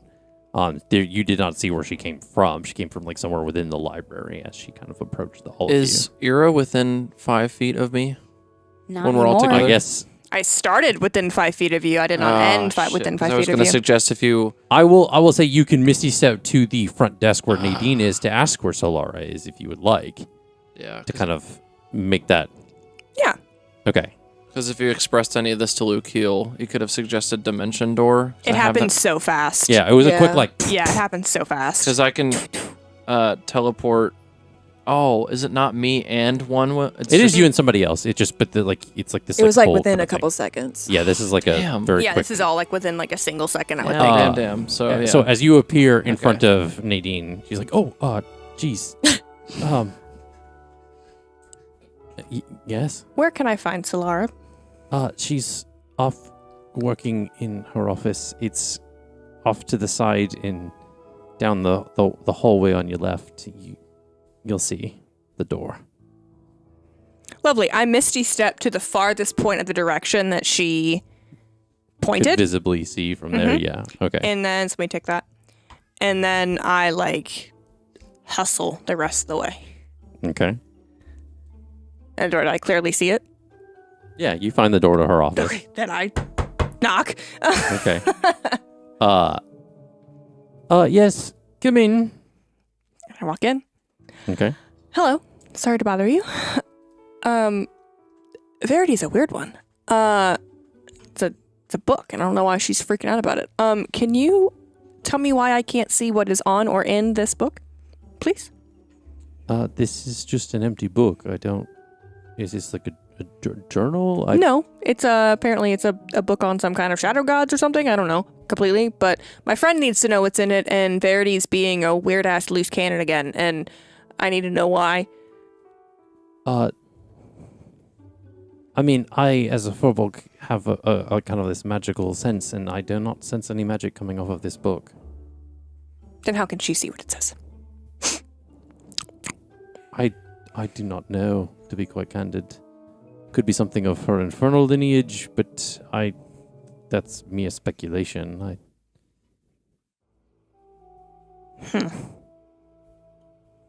Meanwhile, Eliana and Dawn are still up there. Luke Heel's up there too.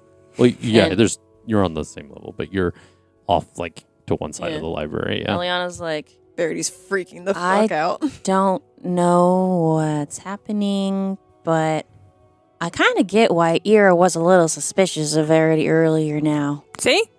She's walking back.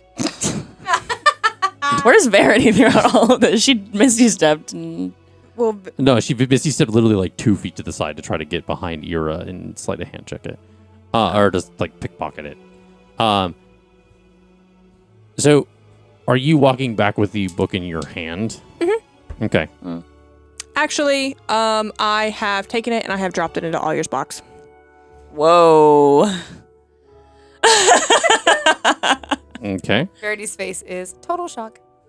So as far as Verity knows, I don't have it. Okay. Verity, I would like you to make a perception check for me, please. Verity's freaking out. 25. 25. No, wait. 27. 27. Jesus. You kind of doing what Verity typically sometimes would do is like, you know, like looking down at your feet in this like, I don't know, like kind of like avoidance of eye contact. You, out of the corner of your eye, in your pouch on your hip, Yes. you see a faint like sliver of the spine of the book. Yep.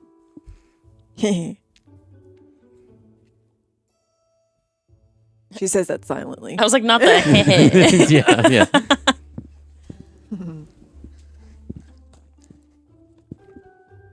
Who's ready to leave? I'm ready to leave. Let's leave. For sound, would that be perception or? Well, I guess that would be perception, wouldn't it? Like to be able to pick up that I like heard. She said that in her mind. Yeah. She didn't say it audibly. Hmm. And also, I would like you to make a Constitution saving throw, please. Era. Okay. Are we just gonna ignore what just happened? Everyone went a little crazy. 14. Okay. Now, do not panic when I say this. I'm going to preface this with that because I know the look you're giving me at this moment. A small crack in Oyer's box appears. That's unacceptable. You just told us You not did to put a react. cursed book in Oyer's cage, so I mean, How does Ira know that? she doesn't. He doesn't. But you just notice that for the first time, it doesn't audibly appear, but there is just a small, like, almost like kind of crack in the wood of the box.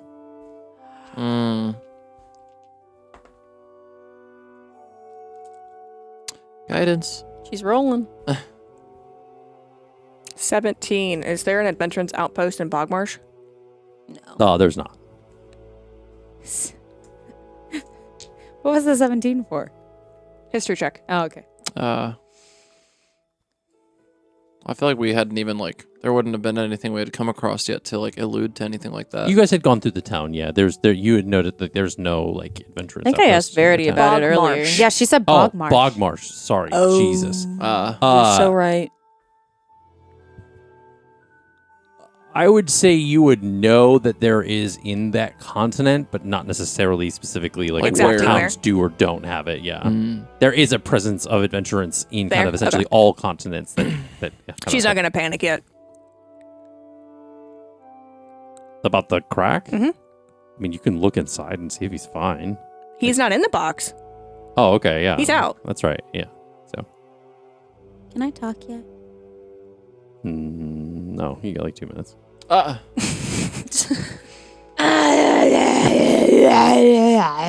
what do you get for yelling in the library? Are we? I overreacted a little bit. Maybe. Yeah, no, I did. You Those think? pages were Did you blank. overreact, or do you have something you're trying to hide that could potentially kill all of us, and you're not even It's not- considering it's a the greater book. impact of this? It's a book. If it's a book, you wouldn't be worried about its A impact to book? everybody. Shut up, Lukiel. Did you just impersonate me? Yes, I do kinda a very did. good job of it, by the way. Book. Whoa. Can I help you?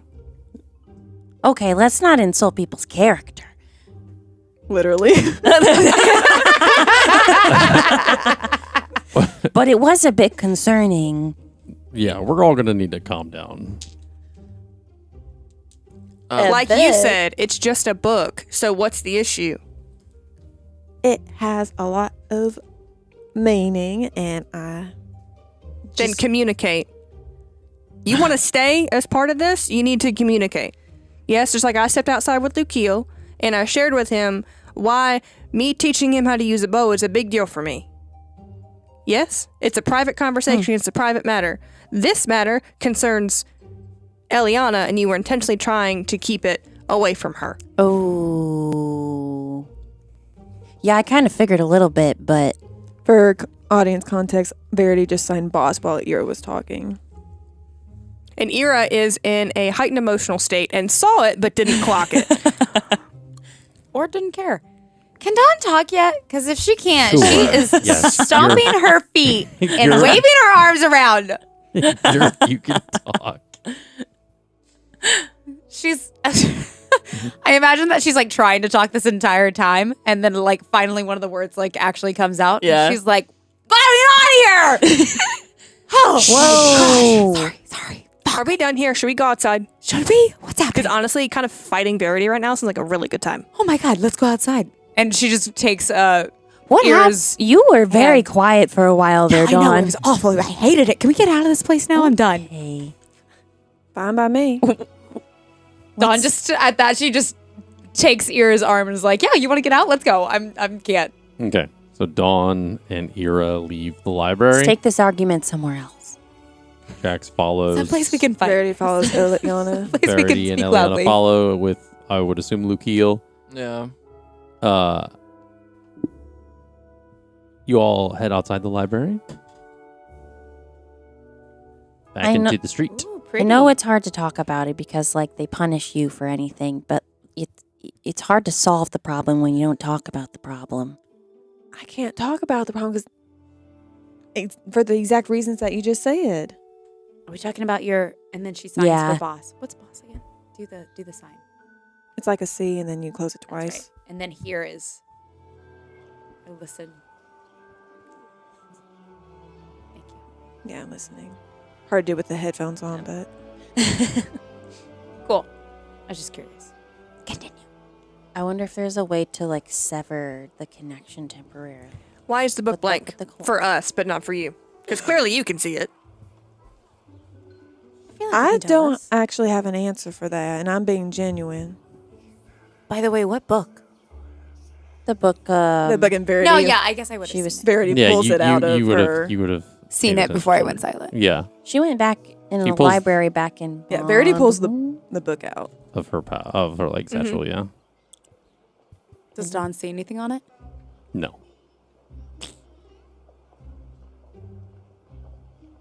I feel really weird that I can't, like, do any magic stuff to look at it. Can you do me a favor, dear? Oh, but you probably could. Sure. Can you? Probably won't work. But if you're in a tiefling form, can you see the book? I can try. Good try. Ooh. And he shifts into like this like dark blue tiefling, Verity hasn't seen this before. and Oh, she has that. Oh, he hasn't changed in front of no. Verity. not too much. No, yeah. And the dark blue tiefling, kind of like this kind of like sapphire light blue kind of eyes with like the black kind of instead of the white in an eyeball normally. Kind of this like kind of curved horn kind of thing on, and he looks at the book in Verity just holds it like. Verity's hand and sees nothing. He's like, I don't see anything. It's better than nothing. Better than not trying. Yep, that is definitely related to your thing. And he shifts back. Thanks. By the way, let's not. Whenever my family Yeah. is around, can we not bring it up because they don't know? And I'd much rather them never find out about it. Are you have a boss? No, that she has an ex, whatever. Your family doesn't know you were involved with a vampire? Or had That- relations with another person. Are we talking about? Yeah, like Those are two totally different. we're talking about the people. same things. Are we? Are we talking about the book? Or The what book are you or the talking boy? about? You were talking about They're not connected? boy. Are they connected? I wasn't. I was. No, we. Boss. Ammar is not my boss. Two very different. At least he isn't anymore.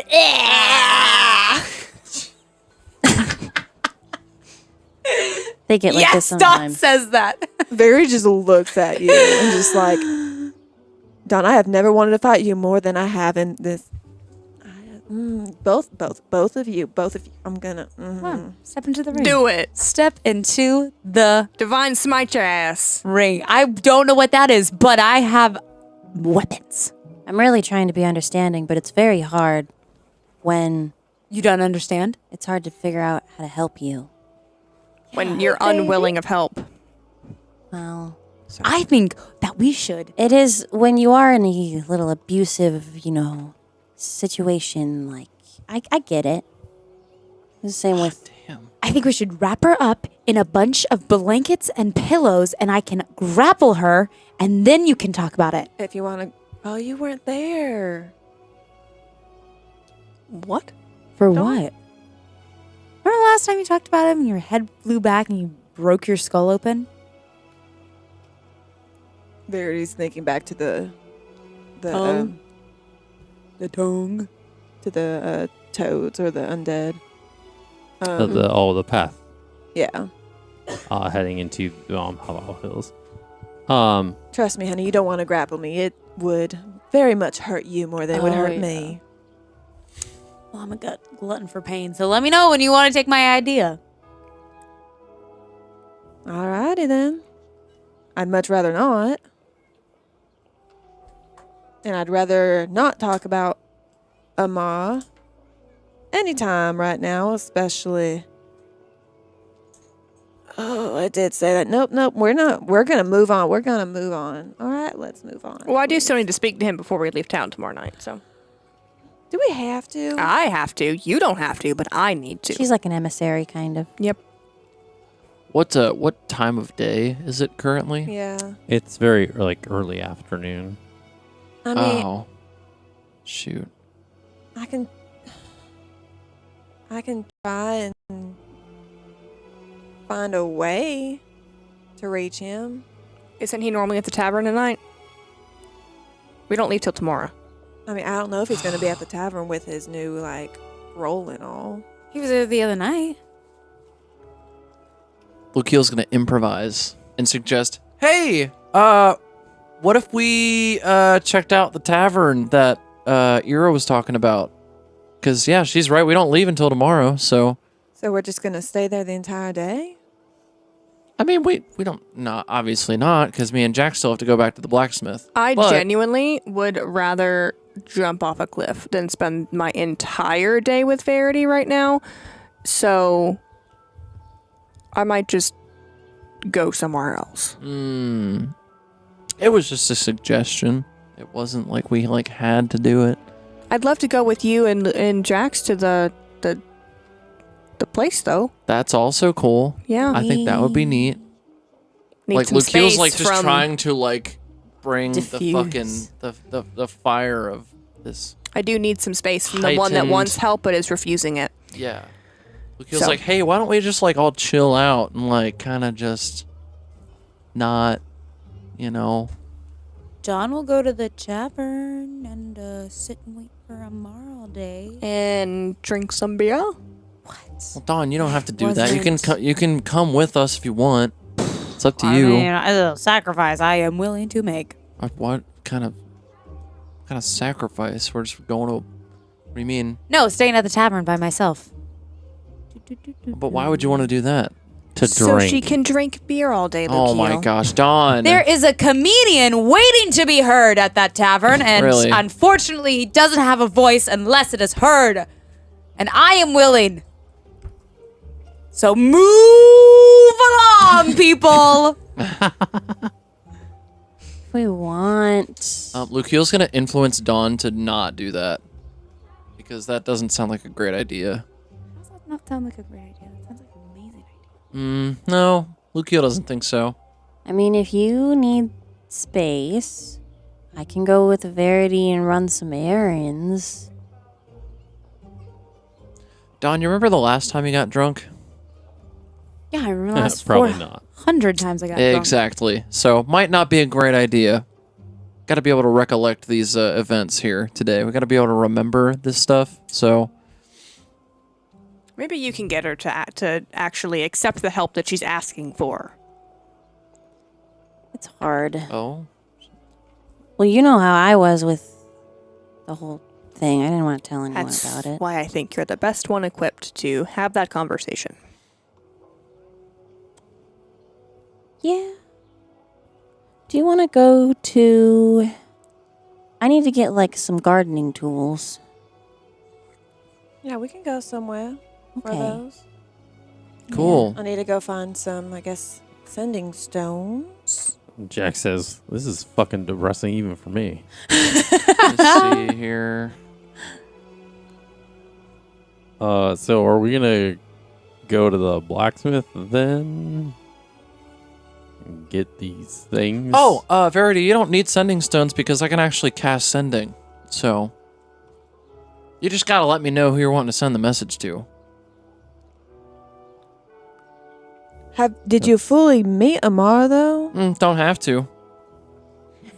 He technically just needs to have seen or I love how you encountered said this that. person. So technically, Lukiel is not wrong. Yeah. So You said that with such confidence. you didn't gotta waste your money. I can. Damn. Yeah. Don't worry about it. We're friends, right? Come on. We're all traveling together. We're all doing this together. You wanna hold on? So you wanna be a go-between? Oh, that sounds so. I'm just wrong. trying to help you. That's all I'm trying to do. So I would like Lukiel to make a insight check, and I would like Verity to either roll for perception or I'm not- persuasion. definitely You not do gonna not have use to this say for which. Just tell me what number. Deception or persuasion? Deception or persuasion. Yeah, sorry. with what you said, guidance. Okay. Well, I use my new D4 so I can see it well. You said insight. Insight. Yes. Okay. Oh, huh. +2 plus. The bard versus the rogue. 14. 14. 9 plus 2, so that's 11 plus 4, 15. 15. Okay. So you gather from her body language They just high-fived. and kind of demeanor. It's almost as if Verity wanted something to communicate with him directly for her own purposes. Is that what I've? That's what what you I kind of alluded her demeanor discern. to. Yeah. Okay, huh? It's almost like oh sure. Instead of getting one of those responses, you're kind of like What seems to be the issue here? So inquisitive today, Lukiel. It feels weird. Why does it feel weird? I guess you never talked to him directly, so he'd be like confused as to why there's some random person reaching out. Gonna So, try to make it and? work long distance? Yeah. What is this about? Are we No. trying to keep secrets? What is so all this? Jack gets a dirty 20 on insight as well. Love where this is going. She probably wants one because the same reason Ira has the Scrending Stone. So it's probably to kind of like talk, kind of like have little conversations and like. Yeah, so you want to go long distance. I don't You know. saw No, him and you melted. So I do not want to go long distance. He is annoying as hell. Oh, really? And so Lukiel looks to Jackson. So he's like, so this is essentially messages that are going to lead to an event that they're going to just have to explain later, anyways. They may just want to have like these private conversations. And he kind of like nudges Lukiel with his elbow. Please tell me he winks. Yeah. It's kind of one of those like. Verity just starts walking away. She just starts walking away. I'm just tired of this. Hey, we're all friends here. We are not. No, and Jackson's like, no, come on, let's go to the blacksmith. And he kind of like pats you like on your wings, and he's like, I'll tell you when you're older. And he like as you guys head off back to the blacksmith. I kind of like cut a look at Ira and Dawn. I'm like, Oh no, I left with Jackson, Lukiel. God, I don't want to shove Jax because I can shove, but I don't want to shove. Dawn, where You do would Hey, lose. no, hey, I'm gonna you can certainly try. shove him. No, come on, let's Shove. go. I think this will be interesting. No, I'm retconning the shove. I'm not shoving. 'Cause Do it. As a monk, I can also use topple. Not shoving. I'm not shoving. Not doing it. Not doing it. Not doing it. So I'm just trying to exercise my actions. No, you're good. Eliana cuts a look at Dawn, who I'm gonna go over to. I'm gonna follow Verity. Are you? If you could dream any, Where are you going? I'll come with you guys. Okay. so you're going with Verity and Oh, Eliana. yeah, I thought you were coming with us. I said you're more than welcome. Did you want me to? If you wanted to. She didn't make a decision. Yeah, she didn't. Did you assume that she was gonna come with you? No. You just said you thought she was coming with you. Let me roll for it. Well, she did express a bit of interest in it briefly. In the blacksmith, yeah. So that's true. Yeah. I have no idea what I want at the I blacksmith. feel like this assumption was a bit fair. Even, you guys, odds, you guys. Even. Okay. Going Girls' Verity. Day. Okay. So Jax, Ira, and Lukiel head off back to the blacksmith. Cool. Dawn, Eliana try and kind of run off and catch up with Verity. Lukiel shoots a glance at Verity and goes, "You guys have fun." And winks at her. Just know that I could still help you, by the way. Damn. No, thank you. Oh, okay. Well, I'll remember this. Anyways. As the party splits off into threes and head off into the village of Beville, it's threes, 3 and 3. Because 1, 2, 3, 1, 2, 3. Oh. 2 groups of 3. He said it in a weird way. Yeah, I thought, I see. In groups of, I see. In threes, into the village of Beville, to procure various things and find some more answers. This is where we're going to end this episode. Damn, we accomplished so much, guys. Hey, look, there's a lot of lore. There's a lot of good things. A lot of lore. Thank you so much for joining us at Off the Beaten Quest. And as always, catch us in the next episode. Thank you. Big shouts to Pocketbard. As always, we will all see you in the next episode. Bye.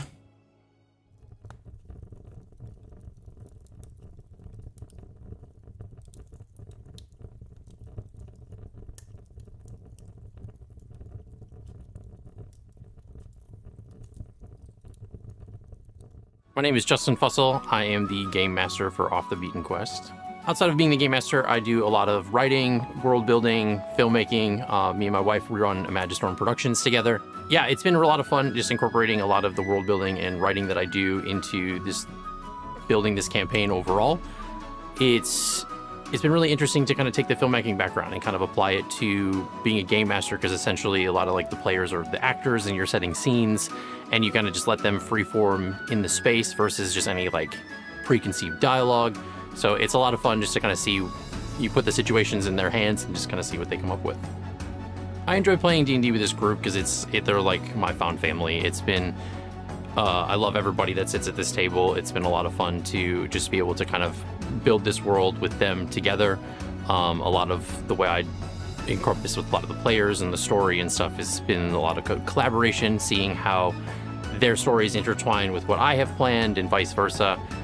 It's going to be a very interesting to see how the people receive everybody. Everybody's got its own different flair, and the way that this team is made up of very colorful characters, I think everybody's going to love them. They're going to find something to laugh with and have fun with, and it's going to be really good.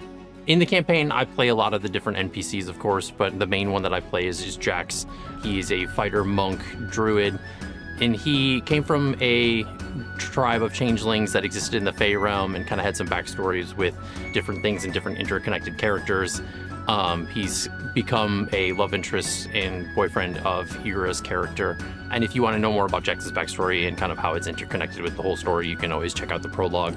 I chose to do a homebrew setting versus an existing campaign just because it was something where I could kind of really just expand and create a universe. I wanted to have something that I can build upon. I honestly like to be able to throw twists and stuff at the players. I think that's the biggest thing I think is really fun. There's a lot of ideas of what's going to happen, where things are going to go. Just as much as they can improv in a setting, I can do the same, and it kind of allows for a lot of really good back and forth. Definitely, if you've checked the prologue, the there are some things that happen in episode 62 that is a little bit of an Easter egg that even the players haven't figured out yet, which has been really nice. But it's going to come back around eventually, and it's going to be a really big aha moment. But I think that's one of the biggest things to look out for. It'll be a very blink and you'll miss it kind of moment. But other than that, just being really on the lookout for a lot of just the backstory and the things that how this is going to be building up to as we get into the next arc of the campaign. So they can find us on any of the major podcasting platforms, as well as our social medias and Twitch and our YouTube. My name is Allie Goodell, and I am part of the filmmaking team on this podcast. I record all of the video for the intro, for us playing, things like that. I went to college for film, and I'm actually very interested in getting to do more with that. So this is a really good experience for me to start experimenting with my film cameras and all the equipment that I have. I feel like at first, when I started with this project, there was a lot of push and pull because I, as a person, like to hover and be involved with everything. So trying to work as a team has been very much a learning experience and learning when to step back and put myself in. So it's been interesting figuring out the dynamic, but I'm having a really good time, and learning how to do this all for the first time, really putting together a podcast, has been fun and interesting. I really like playing D&D with this group because it's not just playing D&D. I feel like I'm part of a big family. Every time that we play, we have a dinner together and we kind of just hang out a little bit, and we have a little break session and we get little desserts, and it's just like, you know, hanging out with mom and dad and the siblings. Allie F and Justin F are kind of the mom and dad of the group, and I love them so much, and I have a great time with everyone. It just really feels like a family here. I feel like this campaign has very great homebrew essences. I feel like they would love Bountifolia especially. That's one of the most interesting islands we've been to so far. I feel like there's a lot of life to this campaign and the world building, and I think people are going to be very interested in what kinds of different places and NPCs that Justin creates for the campaign. You can find us at Off the Beaten Quest on all podcast platforms, as well as Twitch and YouTube, and you can also find us on our social medias. Hi, I'm Allie Fussell. I am doing all of the marketing, project management, keeping everyone on track to get Off the Beaten Quest out into the world.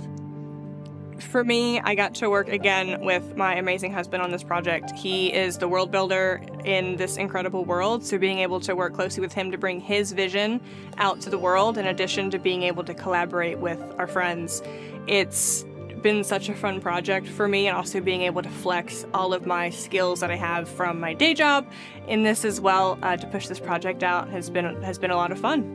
Honestly, one of the things that is the most fun about it is hosting everyone every week. We do play in our home, and one of my favorite things is being able to make dinner and also bake something from scratch for our players every week, and just having that time with them before and during our breaks, during sessions as well. And also, these people are friends. They are my closest friends. So being able to have this experience with them, not only just playing the game, but also being able to share it with the world, has been absolutely amazing.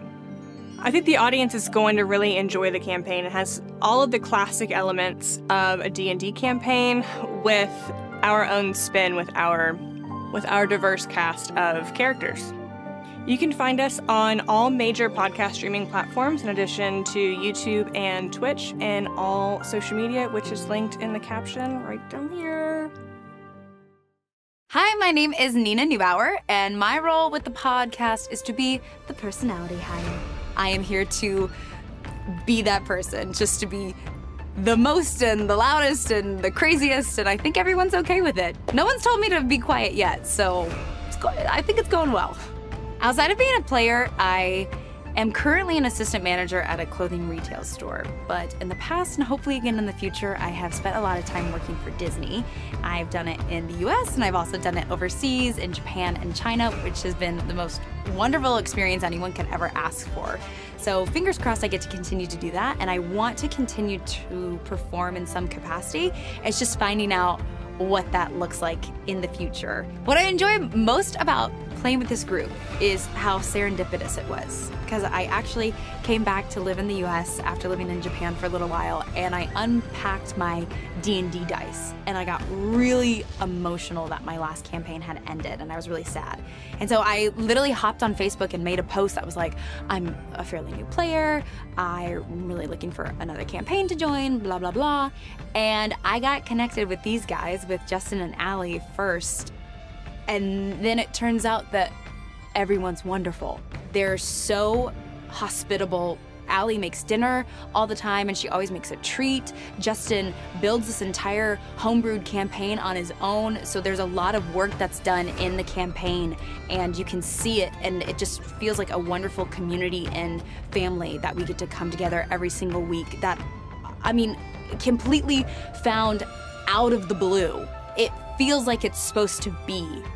We all bring something different to the table, which makes for such a good group. And so everybody will have something or someone to relate to. And not only that, but honestly, one of the things that I love about playing D&D is inside jokes.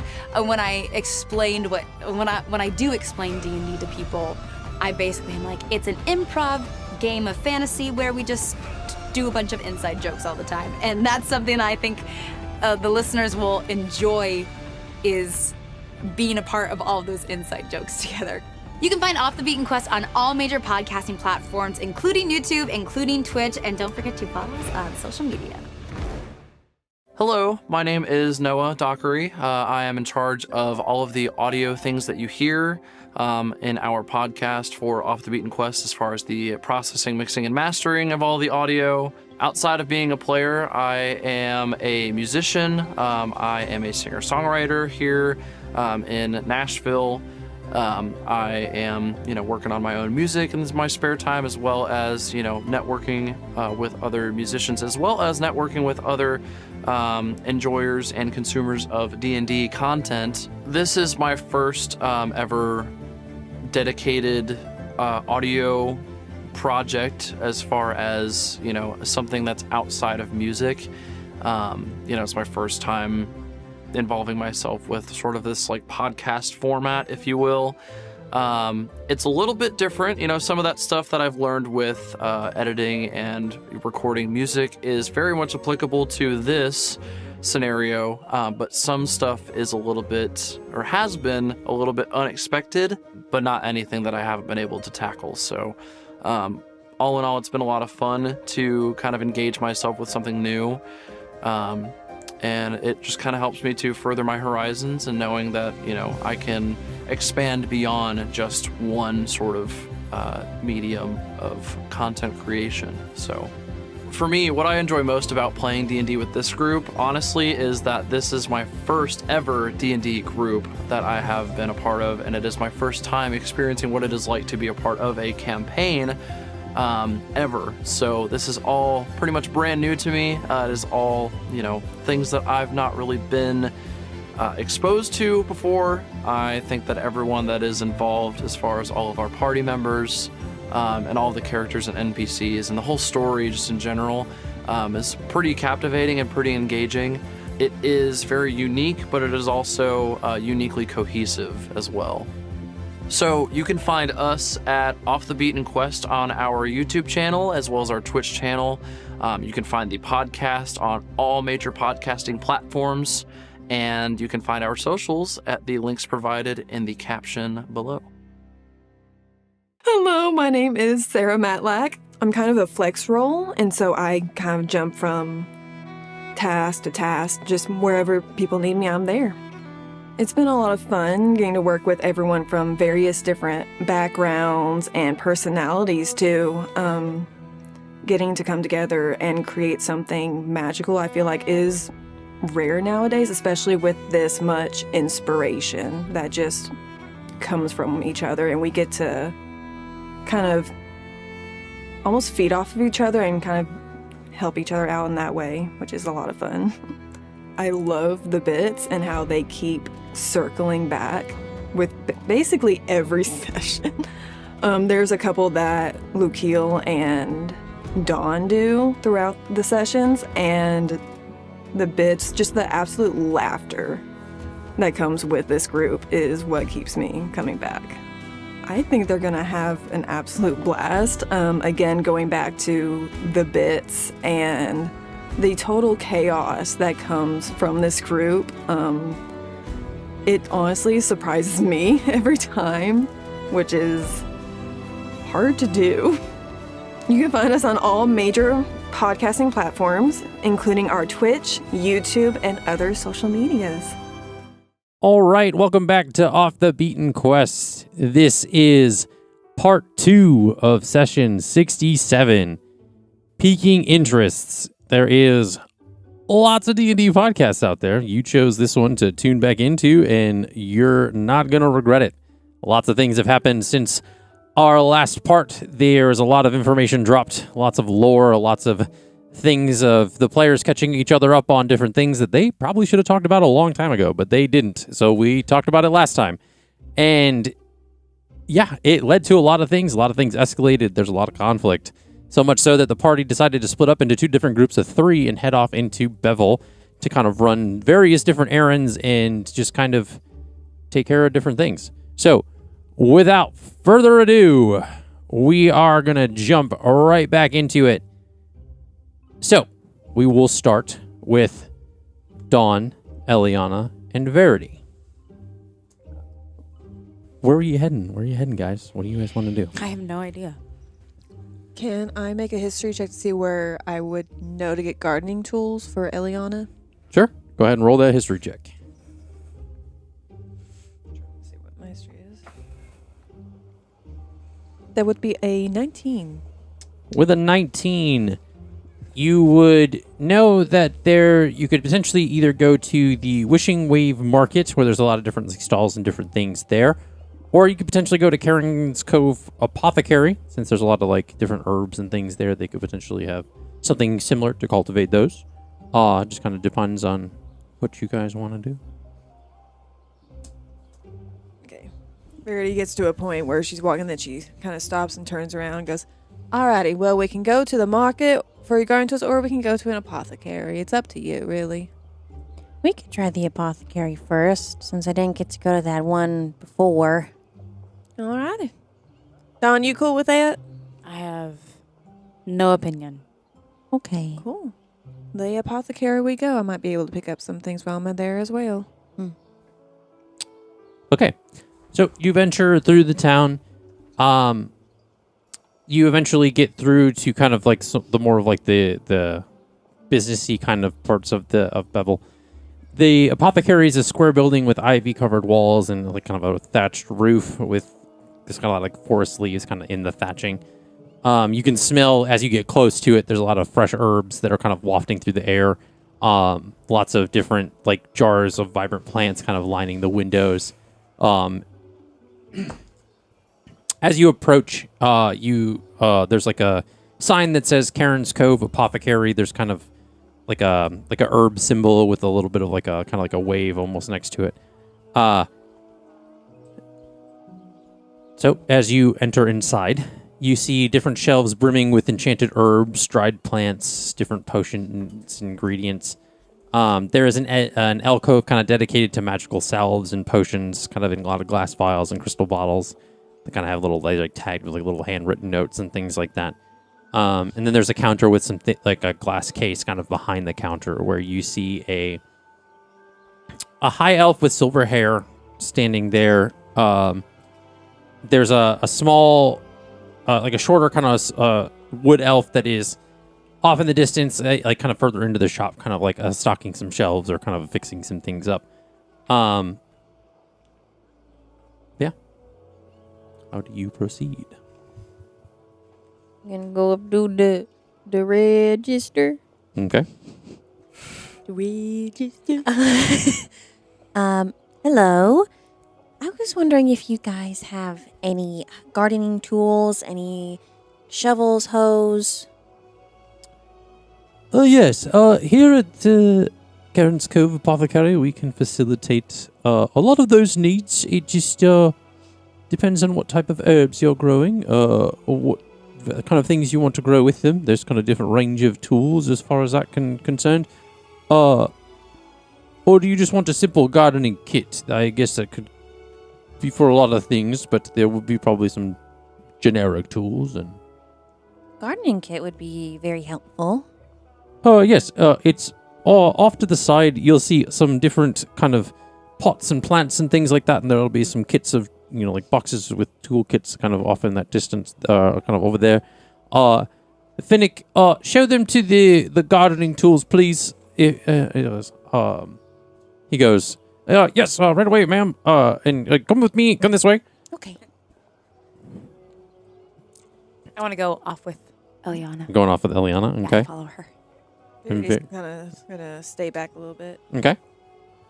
And she says, what can I do for you? Do you need something different? Yes. I was wondering. We got some nasty little boogers in our garden, and I was wondering if you had any white snake root. Let me see. And she kind of turns to the case, like, behind her, and she's, like, looking at a few different things. She's kind of like, well, yeah, I think... And she kind of takes off a small jar and says, I don't have a lot. I have a little bit. I guess that'll just... since it's not a high amount, I'll just only ask for about 5 silver. I'm not going to kind of steep price on it. Fine by me. All right, is there anything else you need? And go ahead and roll a perception check for me, please. I see your tab, Sarah. Don't think I don't. You don't see nothing. 25. 25. You see that in this glass case that's behind her, it's a lot of different, like, of course, like, specific herbs and different, like, kind of exotic things that are in corked jars and stuff like that. And you see that there is a small wooden box with a glass kind of windowed top. And inside are 2, I want to say it's like, what's it called? There's, you see a lot of Native American jewelry. They're like this, like, blue kind of, it's like this light blue kind of, like, mineral or rock. I don't know why it's like turquoise. Turquoise. Sorry, I don't know why I was having such a brain fart on that one. Turquoise. Yeah. They look like almost like turquoise stones, and there is kind of some like runic shape on the top of them. Make an Arcana check for me, please. Son of a... 6. 6. You're not familiar with too much, like, schools of different, like, kind of magic, but this is a sort of, at least a divination symbol. There's like kind of like a tell between different symbols of different schools of magic, and you can kind of tell that this is a little bit of a divination kind of sense to it.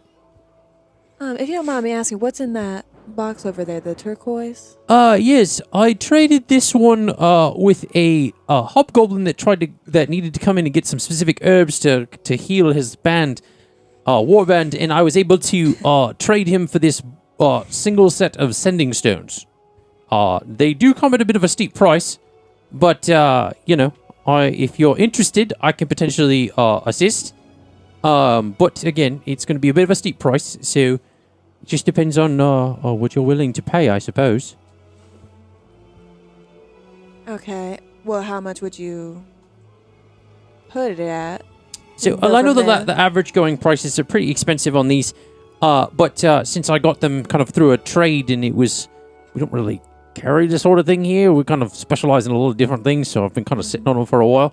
And not many people need that kind of thing around here.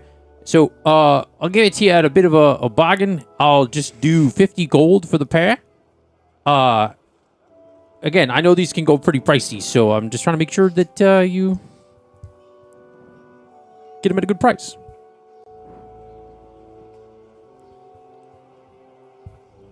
What about we go down a little bit to 40? 20 for each? Dawn's ears, like, have perked up. Because she hears some bargaining happening. Loves it. She's like lightly listening. Roll a And persuasion check. So happy when she heard that because she was about to step in. But then she heard her say go down to 40 and happy. You said persuasion? Yeah. 17? 17. Let's see. I suppose I could be inclined to sell them at that price. You know what? You look like a trustworthy lot. And so she gets them out of the case behind her, and she kind of sets them on the counter. And she says, "Yeah, I'll do the 40 gold." And so she kind of like holds her hand out. Verity's gonna take it and then hand her the gold. Oh, all right. Pleasure doing business with you. I needed that room on the shelf anyway. And so she kind of like opens like a lockbox behind the counter and kind of puts them in the box. And says, "Is there anything else I can get for you?" Not for me, but I guess I'll go over with my friends over there. Oh yeah. Let me know if you need anything else or finding the tools that they were looking for. I'll be up here if you need anything. All right, thank you. Do they have any? I'm gonna get a regular garden kit, right? Yeah. Do they have any? I don't know if there would be like different tools for this, but like any tools that are like for Feywild soil specifically. I know that's very specific. I don't know if they'd be different or not. I probably won't have you roll for this one. This would be probably something that, especially given it more of a kind of localistic town that village or that Beville is, they wouldn't have nearly anything close to being that exotic. You may get somewhat luckier in like a weird off tangential shop in like a bigger city, but this is very much more of a small town vibe. This is kind of like a local hardware store compared to like Home Depot, I should say. Yeah. I'll pick out my gardening kit, and then I'm going to pick up some like starters for like, I'm going to pick up definitely some strawberry starters.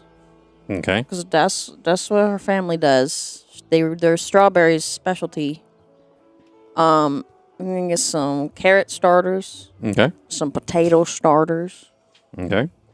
Some shrimp starters. Hey, hey, Dawn, Verity, what kind of It's from Forrest Gump. kind of vegetables or fruits you wanna eat? What do you got? You got, looks down at your hand. Strawberries, carrots, potato. Is that it? I think so. What about raspberries? Ooh, yeah. Okay, one of those if they have it. Watermelon. Okay. You know, there's not a lot of sustenance in those, but that's okay. They're tasty. Watermelon. What else is pink? Radishes. You could get some radishes. Are peaches pink? Careful, you guys are starting to branch into territory that they may not have. So. She said strawberries and carrots and potatoes. And she got watermelon. Then you're getting to watermelon and like tree starters and stuff, and it's gonna take Fucking like peach tree starter. Yeah, you want to grow a peach tree? Have fun waiting 20 years In a box.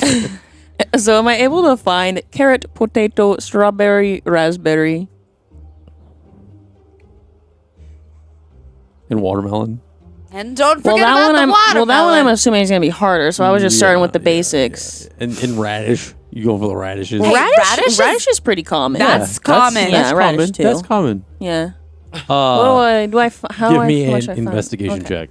Onions. Get some onions. I'm gonna guide myself while I'm looking around. I just didn't want you guys getting carried away. Be like, oh, dragon fruit. That'd be great.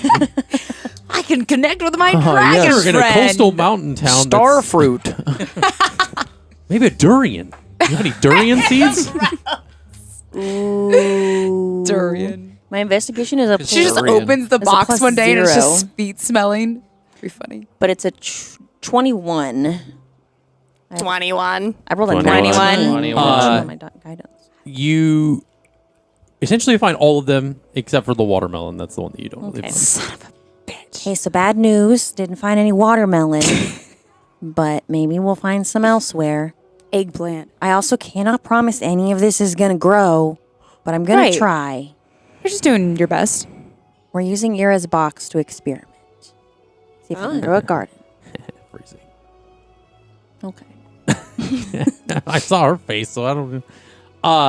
Okay, so you take all those like starter little like seed packs and the gardening kit. Yeah. Do you have any incense here? Oh yeah, we got some incense. What kind of smells do you need? Okay. Maybe some don't know. Maybe some rosemary. Maybe some variety. We'll see. I'm just gonna get incense for spell components. Okay. 25 gold's worth of incense. Okay. Yeah.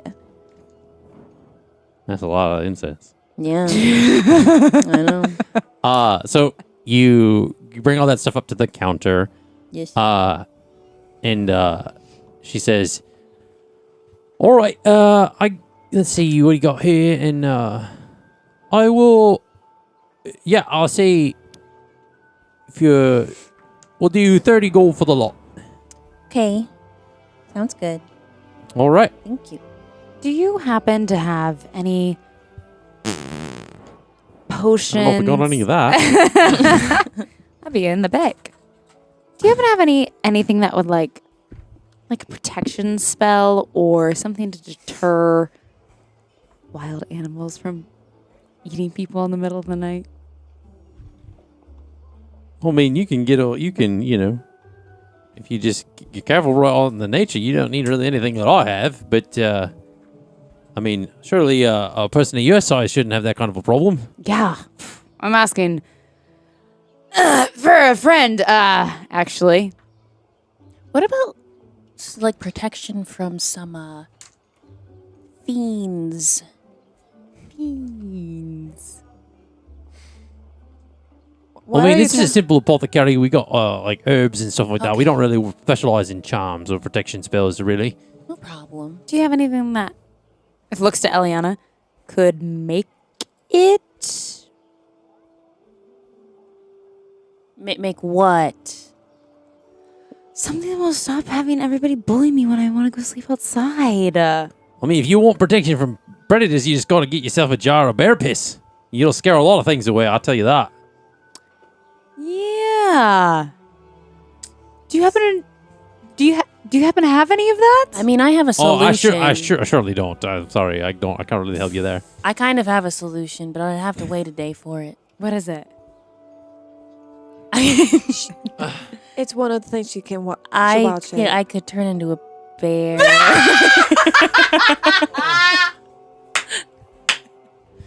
But I don't have that I wild. regret this already. I don't have that form prepared today. I would have to wait until tomorrow. Today on Man vs. Wild, I turn into a fucking bear. I'm Bear Grylls. That's a great idea, Eliana. Okay, I didn't know if it was Thank you too for weird. offering that. No, that's saves me a buck. Okay. Oh, is there anything I can help you with? It seems like you guys got it figured out. Whatever that means. I'm a druid. I'm good. I So- got my jar of piss. I'll be all right. Explains it. Oh my god. I think we're all good here, gang. All right. Well, it's been a pleasure. Thank you for coming into Karen's Cool Apothecary. Are you Karen?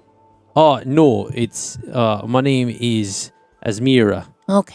Asmira Nightbloom, yeah. And I'm Ooh. the manager here. But, feel free to come back anytime you can. You need anything from us? Well, thank you very much. Finnick needs a raise, and just so you know, they're amazing. Oh, that one just got a raise, but I appreciate it. And you guys go ahead and leave the apothecary. Meanwhile, Jax, Lukiel, and Ira head back to the Iron Ember smithy. Yes. On the way, Ira would like to talk to Cole about her request. With the acorns. So do you guys speak with animals? If there is time to, I would love to. Okay. Hello, fine scavenger. Yeah. Were you able to find any acorns this morning? I mean, I've been with you the whole time. No. Does it look like I've had we time were to go? not together the whole time.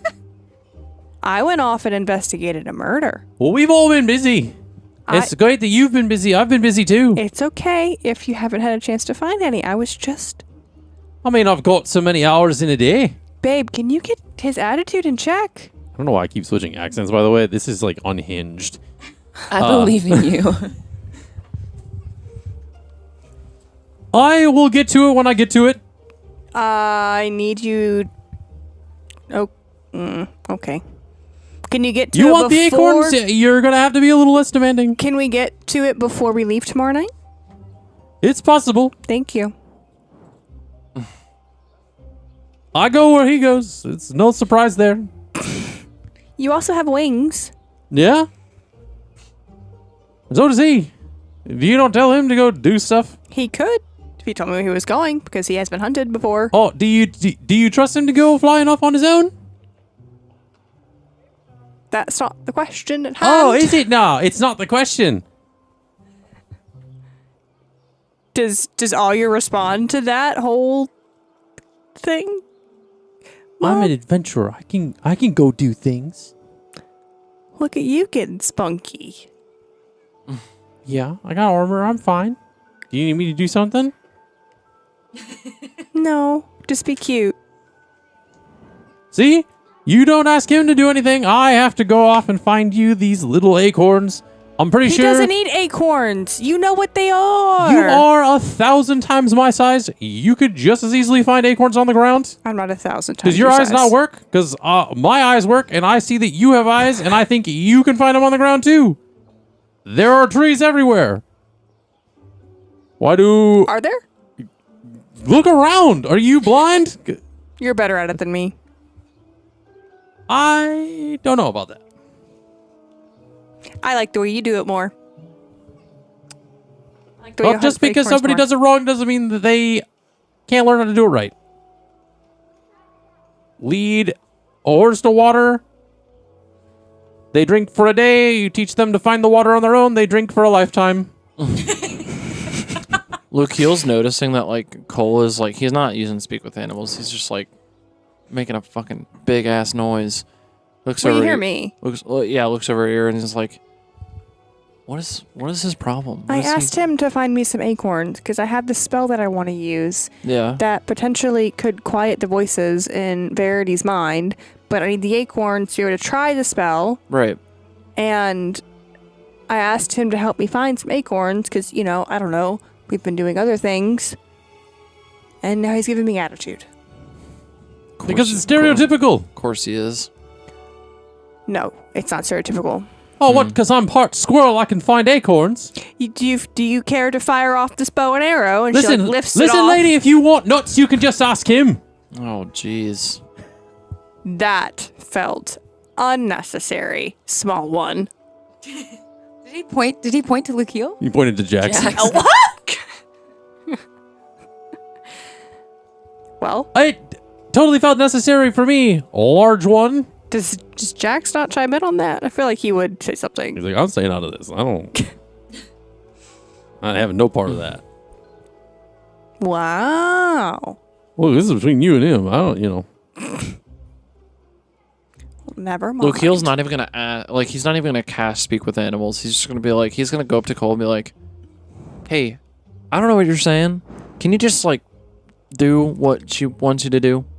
He can't understand you. I know. That's oh. You have to cast speak with animals for him to understand you too. Well, looks like I'm casting speak with animals. Okay, and then you say that?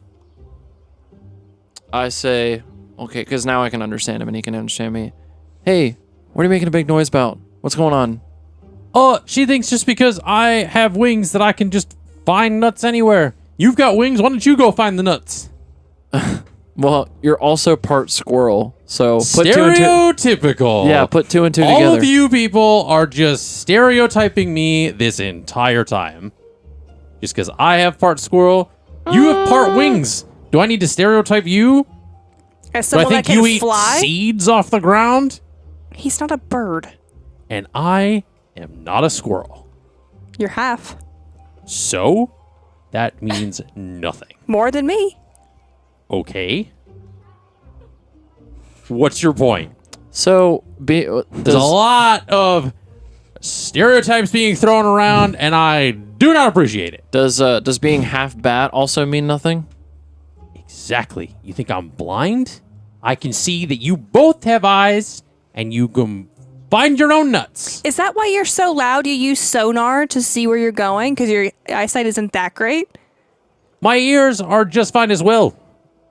And I can hear a lot of nonsense coming out of the two of you. Why don't you try and offer him something? I know I'm not there. No. It's like, this bickering is better! Is there something that you want or need? No. I would appreciate a little respect. That's all I'm going to say. Okay. Because my pandering earlier today wasn't enough for you. That's fine. It's all right. How close are we to the That is blacksmith? expected for a creature as great as I am. How close are we to the blacksmith? Maybe we can makeshift a muzzle. Damn. Oh, that wouldn't be. You okay? Would that be Arcana? What? No. That would not be Arcana. For what? To like perceive how far away we are from the. You guys are you're like approaching it essentially. Yeah, you're like almost on the out, like getting to the building itself. They're probably like 50, 60 feet. Yeah. Okay. So you approach the Iron Ember smithy. You can smell kind of like the smell of like the forge in the air as you guys get close. And you hear the dink. Yep. Of the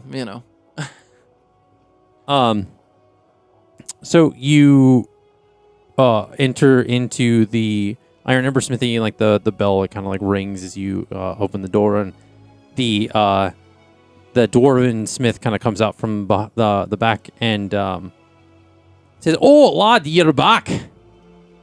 Oh, it's been some time. Yeah, I got the thing that you needed to make for your friend there. Are you picking it up? Is that what you're here for? Yeah. Yeah. That's we. Okay, I wasn't sure you weren't gonna if you weren't speaking, so I wasn't sure if you heard me. You didn't give him space to speak, sir. Oh, I gave him a few seconds. There's a bit of a little delay, I think. We are here to pick up. I almost said it, and I'm so glad I did not say it.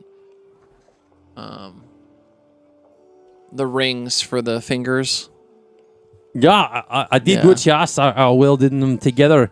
I did a bit of a modification to it. Okay.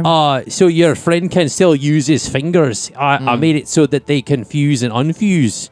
Probably be more versatile that way. Okay. The magic, the forge, the magic in it, I kind of infused it so you can kind of do either or with it. That's pretty cool. It's very, very intuitive, I would say. So, thank you. Yeah, I called them the knuckle dusters. Okay.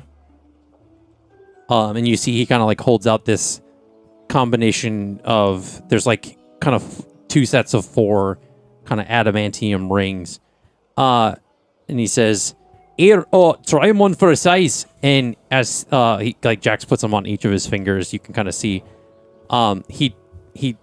they kind of like almost like form to the size of his fingers. They kind of like shrink or enlarge, however they kind of go on his fingers. And he says, "All right, close your fingers and give it a good tight squeeze."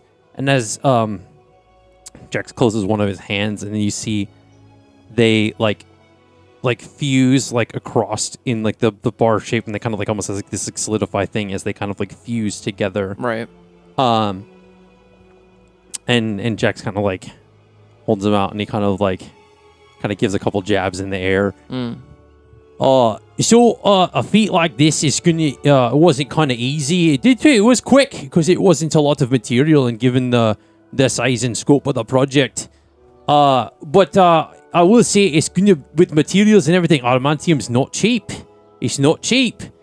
I'm gonna need 50 gold. It'll be 50 gold for the pair, so it's not gonna be per things, but it's custom work doesn't come cheap, and my skills are top tier, mate.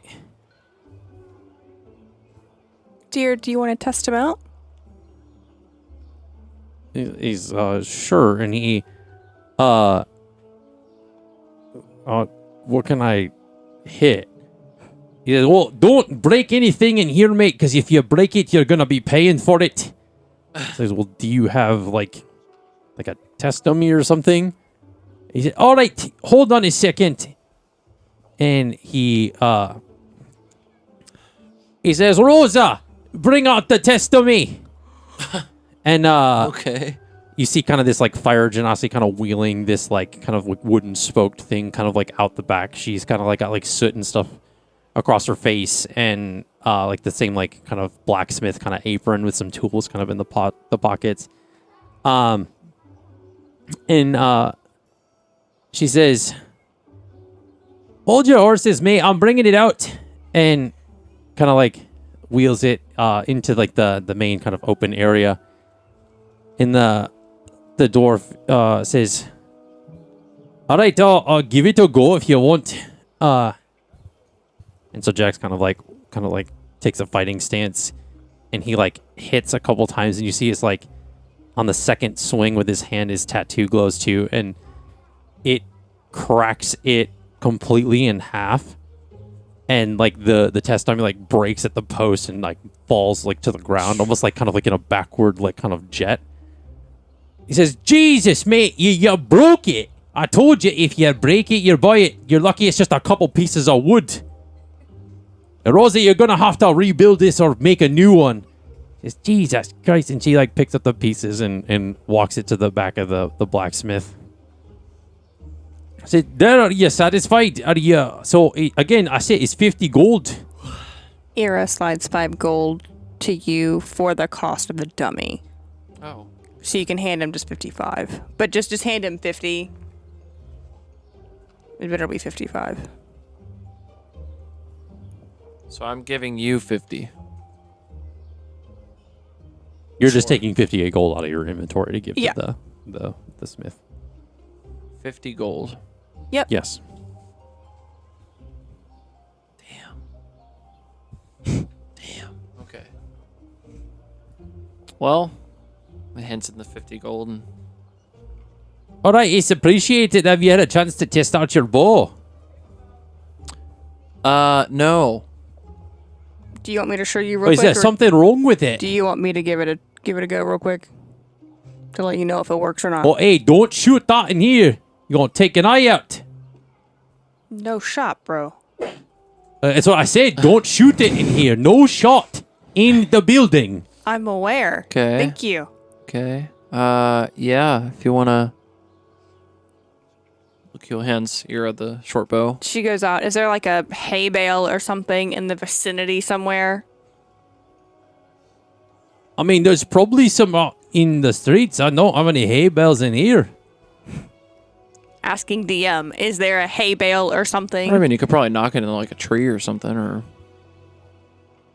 I just don't picture trees in this place for some reason. My mind's eye does not see trees. There's like a forest like near the village. I don't see it in the village. So I don't see them in the village. In my mind's eye. There'd probably be an occasional tree. Like, it's not barren. But yeah. So do you go outside to do all that? I'm not going to shoot an arrow in a business. That's right. You're not going to shoot it in here. Oh, thank you for your patronage. Come again anytime. The Iron Ember Smithy is always at your service. And so you leave the smithy and head out into the village. And there is like some kind of like hay bales every so often, some places kind of like where you would see like horses kind of like brought to like post and like tied to the post and stuff like that. I'm going to find one where there's not a horse. Yeah. Okay. Go ahead and roll for the attack. What's the DC bonus? Because for a fixus, it's a plus 12. That's your proficiency with the bow. So you just roll, just add your plus 12 to it. Okay. You don't need to worry about his proficiency. Well, it's a natural 1. Welp. Does the string snap? Should I roll? Because she's testing like the efficacy of the weapon.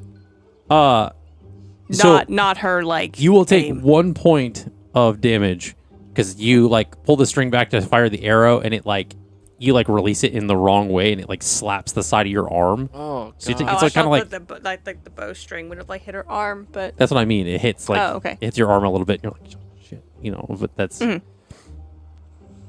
the arrow doesn't like fire. It just kind of like falls to the ground and like fumbles. okay. She tries again. Okay. Maybe it was me. Does she curse at all? I don't What know. is this piece of shit? 24. Yeah, and so then it like hits the hay bale with a good speed, and you as Ira would feel like it's a very good stable like It's flexible fine. wood. It's you fired like more I guess I don't say this to diminish the bow. You fired more sophisticated bows, given the fact that you have a like I have God blessed weapon. yeah. But this for somebody who's starting out getting into archery and It's a or good- using it as a weapon yeah. of in that capacity would It's a good start it'd for be him. good. It's a sturdy wood. It has like a nice pullback, good speed when it's firing, so the tension is nice. Again, like it's carved, it's very well made. Like so, Don't. She goes to hand it back to Lukiel. Just don't rush your shots. Meaning, what do you mean? Don't just knock and release. don't prematurely shoot it. Like, make sure that you take a chance, take a second, take a Okay. breath. Because if you just like the first one I did, and then I did this, and she holds up her arm, and there's like a little bit of Oh blood. gosh. So my bow's different. It's a little more attuned to how I prefer. But for your use, this is a solid weapon. Cool. Here you go. Hands back. Thanks. Thank you for testing that. I have a little bit more trust in you because you've been doing that a lot longer than I have. So, and then yeah. Okay. Where are the three of you headed off to next? Oh, What time is man. it? Still I would early say afternoon? it's given the time, the walk, it's kind of getting closer to like, I guess the equivalency of like 4:30, 5 o'clock ish.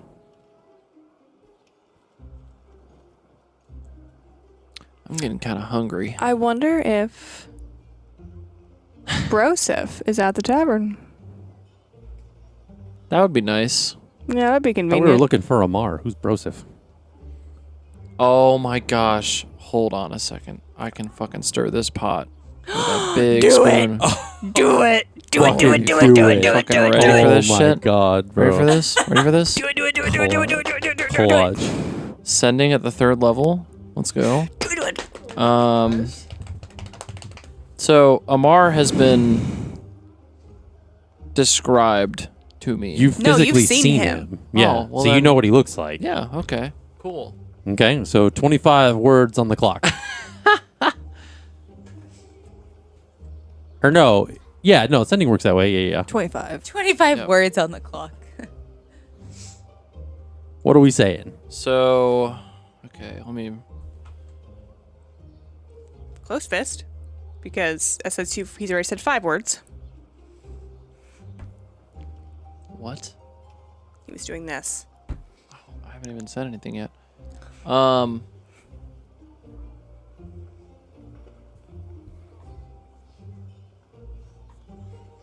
Can you just say that Verity's friends would like to meet him at the tavern this evening? I'm gonna make it a little bit more. A Oh, little bit more personal than that. Let's Oh. do it. Hit me. let's go.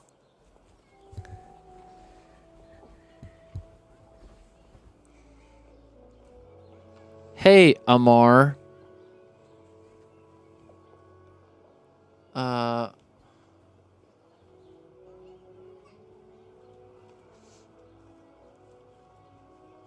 Verity is away right now. But are you at the tavern? Can we meet? I was wondering if we could possibly have a little chit chat. That's 25. Not the chit chat. Is it 25 or 20? That's 25. That's 25. 25. You know, I know, but I didn't know if you said 25 or 20 words. I was like counting. I think you have like 5 more to go, I think. It said, hey, Ammar, Verity is... I mean, we can go with it. We don't need to like... Yeah, just go with that's it. fine. That's close Um, enough. Close enough. Got the You point. don't have to use all the words. Yeah. Got so the message across. So you send this message out into the ether. And I think unless this is with a sending stone, you can't, the person can't respond. Yeah, they can. Okay. So a few minutes passes by as you kind of like sent this out, and Do I have to like roll for this? no. Okay. And you hear kind of faintly as it kind of like rings back into your who is this? Do I have to cast sending again to send an... Well, if you're a friend of Verity's, I guess we can talk. I hope she didn't go away again. Is she coming? And then that's it. Okay. Do you tell us that? Yes. I mean, she'll probably meet us at the tavern later for dinner, so the answer is not no. You would have you would have to cast sending again to send another message. Fuck, but man, really? Is there a chance we're gonna get a long rest? you don't have to do another one. You could just go to the tavern. He already got the gist of what you were saying. Fair, true. So, True. so you guys are heading to the Glistening Grotto tavern. Yeah. Yeah. Okay. Eliana, Dawn, and Verity. You have left the apothecary. Where is your next course of action? I'm pretty thirsty. Pretty hungry. Tavern? What are you gonna do when you meet up with Ira again? She's probably Well- cooled down by now, honestly. We'll just see. We'll get there when we get there, and I don't. Should we be worrying about you? I mean, I wouldn't say so, but I mean, you were trying to hide things from us. it was just. You Hon- continuously try and hide things from us. Honestly, it just showed up on my table when I got home. So it wasn't in the library. No. Oh. That's all I think I can tell you about it. Okay. Maybe we can find like a magic place. Not here, obviously. You know, it's a smaller town that has maybe some protection from things. Because I think Ira kind of determined it was not a god, but a fiend. You immediately reconnect, like you feel like all the plants and things around you. Whoa! I just You okay? Yeah, I just got to brush the it's like if fresh you stood air. up too fast and you're Head like rush. dizzy. Yeah, I just got a little head rush. Okay. I'm gonna stick my You hand out. good? I'm gonna try and form a flower. It almost almost like a confetti popper, like like goes. It's almost like it's a little concentrated for the moment. Magic's back. Good. Whoa, that felt weird.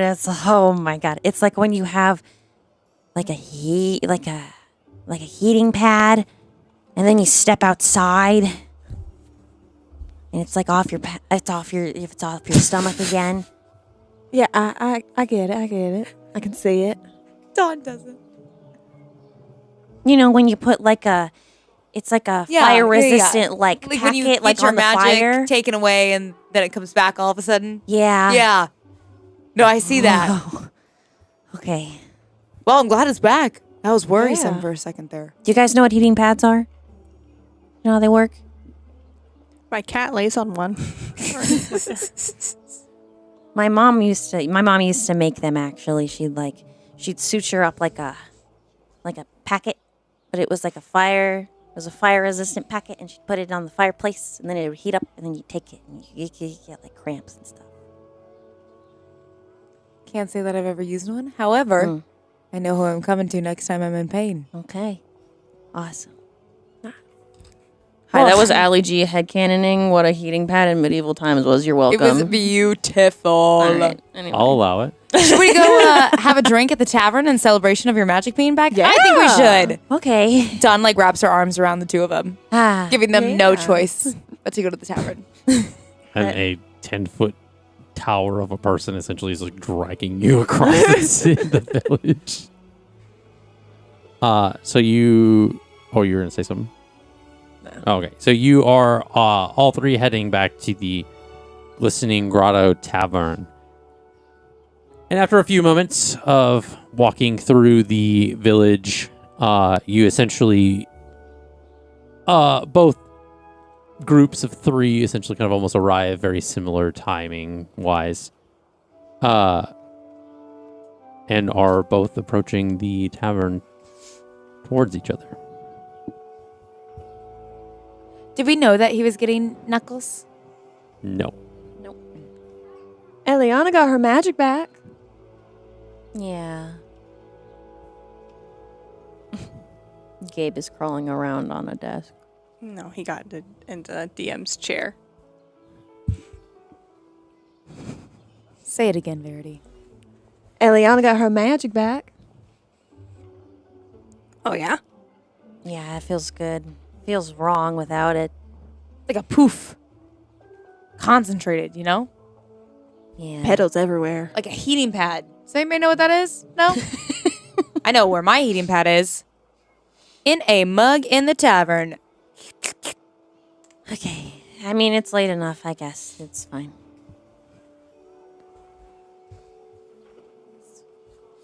You were just stay silent. She is like staring Luke Heel down to see if he's going to tell them Okay. who's Okay. on their way. Oh. Lukiel, do you say anything?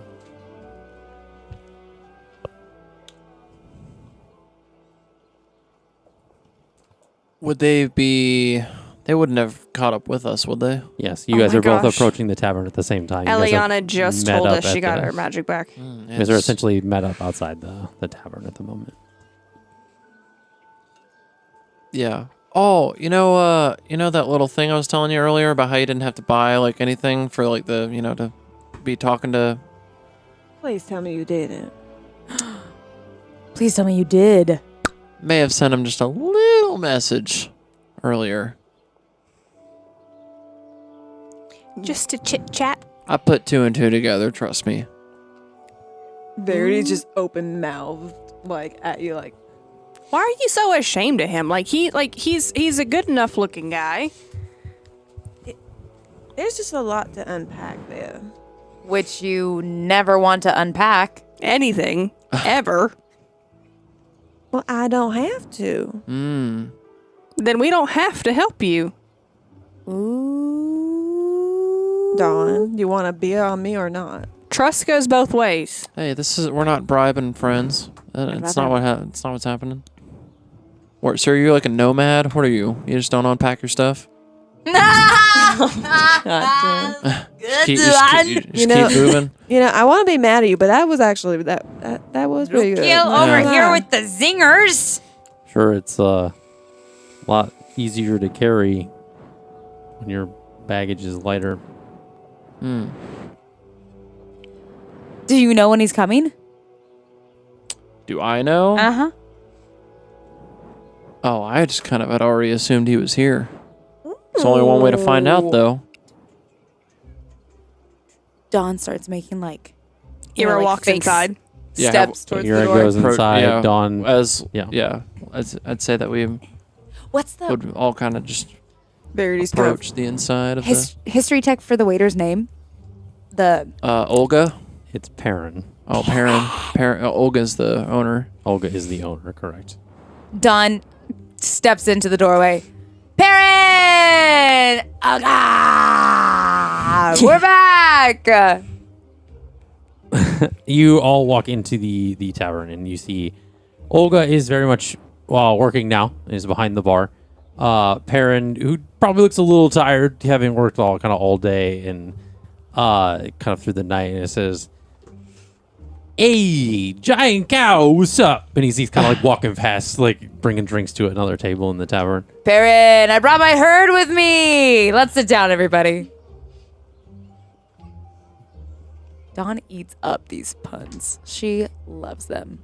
Aliana is watching Verity to see how she's operating. Verity. Verity, welcome back. You brought your friends again. Oh, everything's coming back to me now. Okay. Verity's just very timid. And you see at the end of the bar, nursing a tankard of ale is Ammar. Shall we, Lukiel? I think we shall. Verity stands in place and does not move. Ira locks arms with Lukiel, Yep. and we walk forward. Yep. Okay. I like. Do you want to sit on one side and I sit on the other? Figure we could probably do that. Sounds like a good Yeah. plan. All right. I hit Verity like on the shoulder and like lighten up and like escort us to like a table. Okay. So you Do you come with us to the table? I basically shove her into Yeah, Verity just goes with it. She's like, I She don't has think no I have choice. a choice. she would have to awkwardly like negate my camaraderie. Okay. So you enter into the tavern, and so Eliana, Verity, and Dawn are getting a table at the like kind of the more central, like kind of Did Jax middle come of the with us? tavern. Did Jax go over there? Yeah, Jax comes and sits with you guys. He's staying out of He this. he doesn't want any part of this. He's like, I'm good. Thanks, guys. Ira and Lukiel head over to Ammar. And you sit on either side of him at the bar. Mm-hmm. And what do you say as you sit down? Hello, my name is Ira Ton, the Ton family from Port of Mar. I want to introduce myself. I am one of Verity's traveling companions. I don't know that I would call her a friend quite yet, but she let me know that you are the new head of your house, and I wanted to make an acquaintance before we leave tomorrow evening. So your message was political. No, but you can cover Do many you- topics in a conversation. Do you mock everybody you meet? I'm sorry? Do you mock everybody you meet? What do you mean kind of mock? mimicked my accent there for a second. That's the thing when I do when I'm nervous. Oh, well, And honestly, I haven't really heard this voice. You sounded like you'd have a dip in your mouth and why do you Drink beer why last are you night. nervous? because I don't necessarily want Verity's head to wind up through a wall just because I'm here talking to you. Weird things happen when you come up in conversation with her. You'll find that I often she puts her head through a wall anyway when it comes to talking about me. But Why is that? you know, You seem harmless. you would think, yeah, but sometimes you can't. It's hard enough to get an answer out of her as it is. I'm learning. Yeah. Do you have any words of advice? Lukiel he was like, I second that. Hey, what's going on? My name's Lukiel. I'm actually the one that sent you that message earlier. Yeah, figured I'd introduce the voice is myself. familiar, yeah. Yeah, thanks, man. Yeah. Yeah, what's going on, dude? Nothing. Like you asked me to be here. What's going on with you? Nothing much, man. Just trying to hang out, you know. Trying to get to know some people around here, you know. So you invited me all the way here to. I have guess a how rather you would say direct it, question. Bro down. Bro down. I have a rather direct question for you. Oh, okay. What is the deal with... Airline food. What's an airline? Sorry. What's the deal with the voices she hears? I don't think that's my business to talk about. Does she know about it though? I do, but I don't. I put don't two and two kiss together. and tell, so to speak. Well, I know she hasn't told you because she's still alive. Yeah. Lukiel says, perhaps kiss and don't tell. Again, it's not much of my business to go around talking Really? about things like that. Okay. Well, whose is? Whose is it? It's Verity. It's Verity's. I would guess. I don't push really for a lot of things. I've been. But what do you push for? Okay. You'd be surprised that if how much of a big heart somebody like me would have. Oh, really? Actually, not surprised at all. Yeah. You seem like in a good way, like emotionally squishy, that like someone like Verity needs. I mean, I have for somebody undead, it's uncommon, but Yeah, you guys are a perfect pair, huh? You're an open book, and she's just locked. I guess I don't really understand what's happening here. I don't think but, anybody does. Surrounded. It's a lot from both sides. We're just trying to gain some insight, man. It's just, Does Dawn hear any of this? I want a perception. Yeah, you'd be perceptioning from a distance. Clunk. Wow, my perception is freaking high. Why do I always get so low in that? 12. I mean, you overhear a lot of enthusiasm. I don't know if you'd essentially be like hearing the conversation like verbatim, but there's a lot of enthusiasm coming from Ira and Lukiel amidst a very confused Ammar. So out of character for those two. especially together. I know. Yeah. Oh I my think it's god. funny. Oh my. I'm definitely trying to like pay Lukiel, attention. don't cast any spells on him. He's being Oh. fine. He's delightful. I would advise not. Don't do that. Okay. Okay. It's probably in your best interest. Yeah, if I you don't. potentially had the idea to cast charm at the 4th level. He's Oh my perfectly fine. There's nothing wrong with him. would certainly be interested if you try. Would you now? So, Yes. in all seriousness, I do have concerns with Verity and continuing to travel with her with this ailment that she suffers from. The rest of us need You to call figure it out an ailment. well, when she almost bites her tongue off at a festival celebrating her contribution to the saving of a continent, yes, I would consider it to be an ailment. I mean, try getting an answer to a proposal out of her and see what happens there. Oh boy. Wow, I did not know that was the dynamic, huh? Yeah, what's Perception. Jeez. Perception. I want to roll perception. Perception. Yeah, you go ahead and roll for perception again. Yeah. Fucking 27, bitch. 23. 27 and 23. Verity's just pretending that nothing's happening. I love this. This is fucking great. Was this for whenever she left before? Yeah. I mean, she hasn't really been gone from Beville for long. She was gone for about, I think, 2 weeks before she came back. I have one question. And Yeah. this one you do not have to answer because I'm fully aware this is not a advised topic to bring up in casual conversation. So only this one. I am assuming you are aware of what's going on with her mother. Yeah. And I'm assuming you likely have tried to help in whatever way that you can. You guess you could say that, yeah. I offered part of my heritage's ability, and it was very strictly turned down. By but her or her sister, or both. a little bit of both, more so the one than the other, but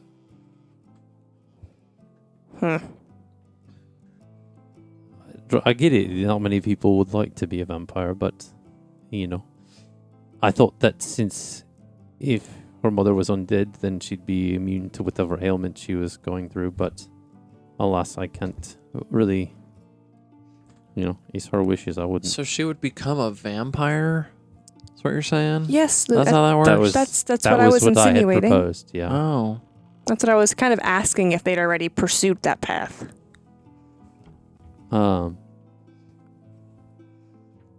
So, why would she turn down your proposal? Look at you. I've been asking that for 2 years. Yeah. 2 years. Yes, I asked her to marry me 2 years ago. And you haven't found anyone. You haven't found anyone else. And you hear like a creak of a chair as like Jax turns around.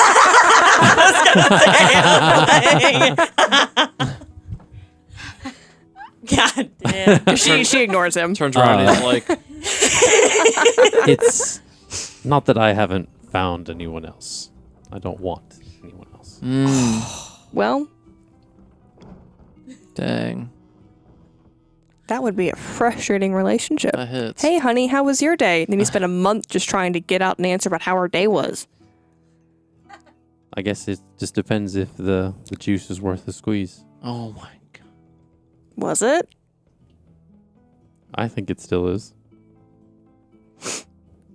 Why is she weird about you? You seem fine. I guess I could ask why you two are as weird as you are, but Do you have you 6 seem years? fine. Do you have 6 years for me to go into it? I Because I got can. I have a lot longer than that. You'd be surprised. I mean, you want me to go into it? I can go into Hey, it. we're not weird. We're eccentric. Okay. I'm weird. There's a difference. I'm weird. Okay. Well, then I I have guess a half rabbit, half owl on my shoulder. that's not weird. It Perception? actually is very weird. yeah, I think that that's very cool. 17. Your hearing is being muffled a little bit more. You're not hearing as much. Yeah. Do I hear him say we're eccentric? Do I hear like part of this conversation? I'll make this easier for you, so just hold tight. Olga like comes over with some like mugs for the two of you. Says, I can I appreciate what's going on here. Maybe you take it over to the table. It's you're kind of weird, not some of these folks. I wasn't aware a conversation at the bar was weird. Oh, some of the people that have come up to the bar are a little freaked out with the way you're addressing the Crimson Sovereign here. So maybe if you take it, I know, Verity and her friends are over there. Maybe, they wouldn't mind sitting together. Do you guys have like an office? It doesn't. Off. We'll take him to the table. Do you take this for a business park, lad?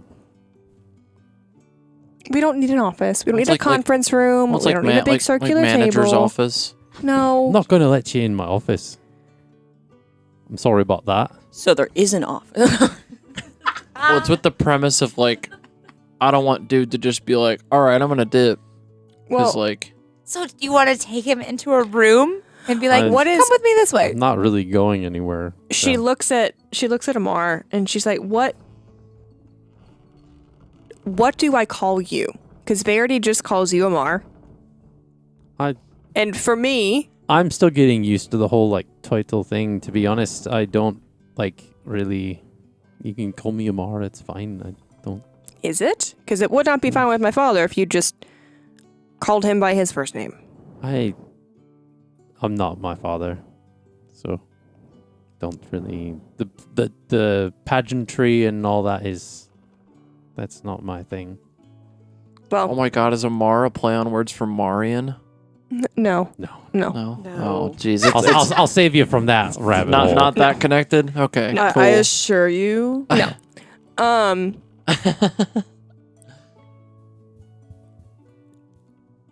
Didn't approach this fully the way that I wanted to. To be honest, Verity spent a good hunk of the early afternoon choosing to be weird, wanting help but then rejecting help, which for me is just like a big old nope rope. So, It's weird for you, but it's not as uncommon as you think. well, that's a problem and needs to be solved. If you find a solution, please. Do you have any therapists? Don't think in this town. Oh, well, we'll But- find one for her. Add them to our party. You guys have a nice tough love approach, it looks like. We have stuff to do. The world's gonna end soon, so we need to fix that. Oh, is so. it? Is it what? It's fucking news to me. Why don't y'all take this to the table? Yeah, it's probably easier. You don't need to be scaring the folks about doomsday talk. Well, that's up to him if he wants to come to the table. I mean, it's all right. Oh God, they approached me, so. And he kind of like stands up and kind of walks over to the table where Dawn, Jackson, Eliana are, and Verity.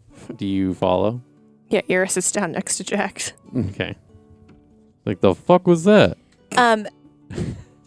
Either I'm sitting next to her or Dawn gets up to like allow space and sits right down next to Verity and like puts her arm around her and is like, "You're good, cool, great, don't care." Basically signaling like, you don't get to go anywhere. You're staying right here. So where are we sitting again compared to like what's the seating arrangements look like? So I would think this is like picnic bench type table setting, almost like there's like kind of like one like chairs on one side, chairs on the other side. If that's the case, from what Dawn just described, so I would assume it's probably Eliana, Verity, Dawn. An empty chair for one of the three of you guys to sit in. And then there's Jax, Ira. And then I would think Lucia would sit next to Ira. So then Ammar would sit on either side, I guess. Pretty far from Verity then. I'm assuming he would sit on the same side as like Jax and Lucia, he so would he could sit next see to her. Lucia so that he's kind of like diagonally able to face Verity. Oh boy. So And he's delightful. What's the problem?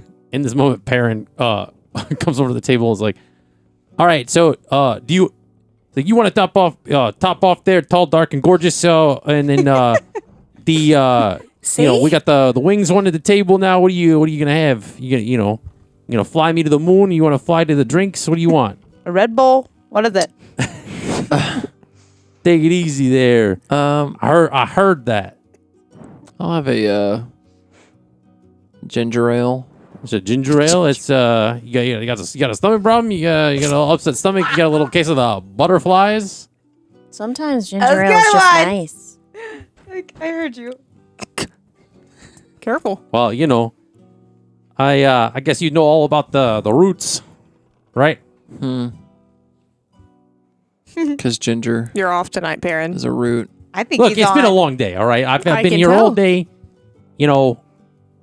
Can do a lot less there, princess. Perrin, your comedy's peak. Keep it up. She cheers him. I don't like this, man. Did you get into the wrong mushrooms again? No, but I'm gonna be later. So that's my nightcap, if you know Where what I'm do you saying. source your mushrooms? That's for me to know and you to never find out. I don't need you tampering with those. They're perfect the way they gotta are. make sure they're sourced properly, or else they might be. Perrin, don't let these guys bully you. They're a hoot. Trust me on Actually, you know what? I will. I'll have a dark stout. Ooh. Oh yeah? Oh yeah. He's sitting right over there. Perrin, at it again. A dark Irish stout. Oh, I don't know. If There's no Irish. Yeah, Okay. the Irish doesn't. I don't know what Irish Just a is. tall, dark stout with a thick head. Ew. He's sitting next to you. There's plenty of thick heads at this What do table you there, mean, buddy. ew? But I'll get you your beer. Ton of head on your beer? It's like the equivalent of like a Guinness. Foamy. Yeah. I don't like the foam. I like the Guinness. Okay. Well, it's not for everyone. Anyway. Can I have a hot tea, please? Sure. Whatever you have. A hot There's plenty of tea? hot teas at this He's sitting table. right Hey. I don't get that Barry one. just gives Perrin He's calling a look. us hot. Teas. Hottie. Hotties. Hotties. Hot teas. There she Hot- goes. She gets it. She's there. I love this man. Perrin is the best. I'll leaf you to it. Nah. Used that one last time. Ah. Hey, it's got to be growing on you, right? Anyway. You know, that one made me frustrated because it was actually kind of good. He's got some good jokes. Yeah, you just got to branch out every once in a while. I thought you were leaving. Go away. And he like walked away. He came back. So, Verity, can you please describe for me the problem when it comes to the Crimson Sovereign, aka Ammar? Because he seems truly delightful. Wow, you're gonna say that? They're sitting. Yes. Stirrer. Yeah. No wonder you're sitting next to Luke Heel. You guys are over there making up some brew Oh, of dude, your own. when we get on the same wavelength, it's the worst for You're- everyone around us. you're very- It's great for us, but it's the worst for everyone else. You're very chaotic today. I am. I'm sorry, what was the question? One you don't. What's Out of all the questions asked today, it's one you probably are not going to answer, and probably shouldn't. But That's no surprise there. we want you to. He's delightful. He's great. What's wrong with him in your eyes? Era. Nothing. Nothing to fix. So we don't like him. He's too well adjusted. Is that the problem? Take it easy. Is that Jax? Yeah.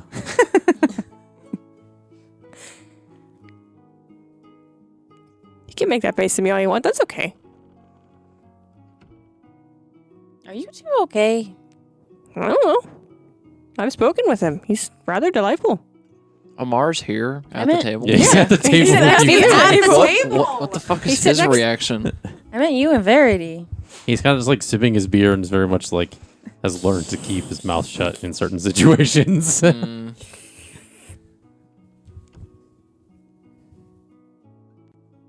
If it's that everything with your family is so complicated, that is also a completely sufficient answer.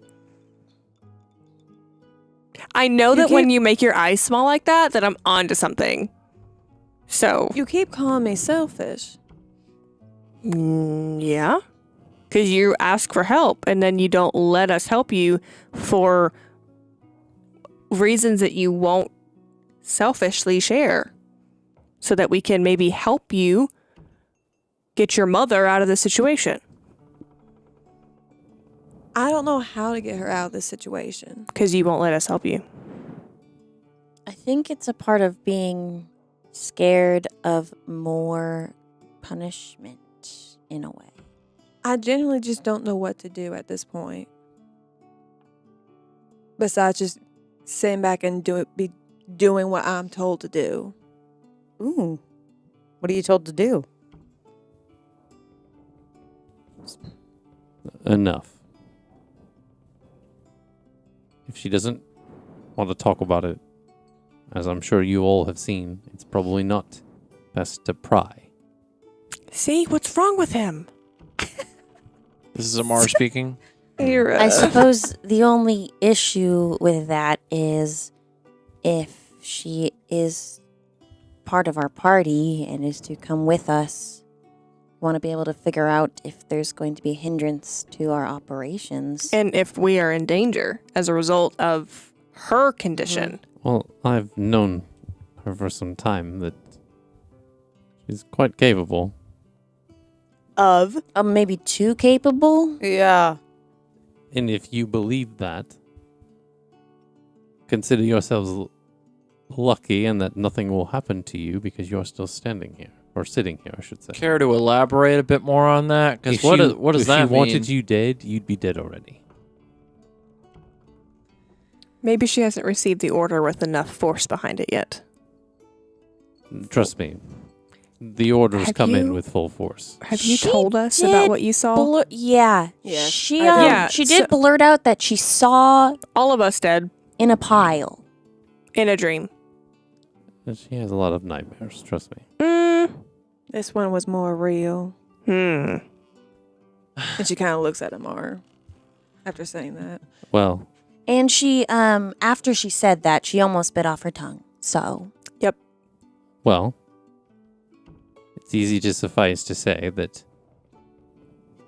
the more you pry on one's dark past. It's not her past, though, is it? It's her present. It's her current situation. Yes. And let the situation be. I'm sure you'll be fine given the circumstances, but trust me, I've pushed a limit or two in my day and annoyed Verity enough, and I'm still alive. Well, in a manner of speaking. Ha. Dawn is staring at the emptiness of her And jar, Tankard. looking at everybody. If I may be so candid, you all do seem like a very group of capable people that your hands don't seem to be clean of blood either. Not unless she tries to kill us in her sleep. And has she done that yet? Well, only one way to find out, and it'll be too late at that point. But if you live in paranoia the entire time, where will the acceptance ever exist? When she decides to be forthright. Has she not? Other than the No. circumstance to which she can't talk about. Have all of you been forthwith with your past when coming to Verity? When she asks, heck yeah. Just has to ask the right questions, and when she does, I give her whatever she wants by way of information. Some people it's harder to talk about things than others. You may find it easy to talk about your past. Her past is not as easy to talk about, I would think. Okay. Chit chat aside. You gonna kill us? The plan is not to. And how have plans gone that you don't want to do? Verity's kind of thinking back to the previous night. Just... Oof. I'll admit it's hard for me to say that I need help. And it's harder for me to accept it. But believe me when I say this, if I ever do try to physically harm you, 1, there's a good chance I'm not in full control. And 2, if it does come down to it and I do try and hurt you, you have my full permission to kill me on the spot. Good. That's what I wanted to hear. You're saying if, there's a pretty decent chance that you might. Well, I'm not really sure if we're really wanting to deal with ifs. if it's Do you similar, hear it right now? No. Which is very strange because it hasn't really been around when you have been lately. Does it happen when... I guess the question can be said, too, that... Do you hear the voices when your friends help you? Heal you? Fix wounds in battle? No, just asking questions mainly. Prying. I think that's the key word there, no? The prying aspect.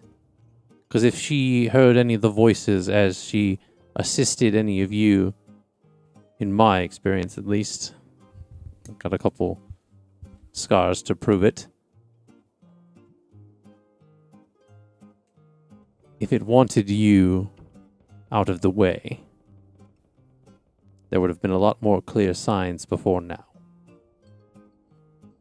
So, essentially, you're saying that we're safe. To a degree. Yes. Did you, get a sending stone today? I did. Did you get 2 of them? Yes, Dawn, I did. I have some very unfortunate news for you. She looks like you very confused. We have come to a conclusion that the people at this table keep you safe. And most of them will be staying with you. except for one. So I'm thinking we keep this one on call for a little bit longer. That's not it's not up to me.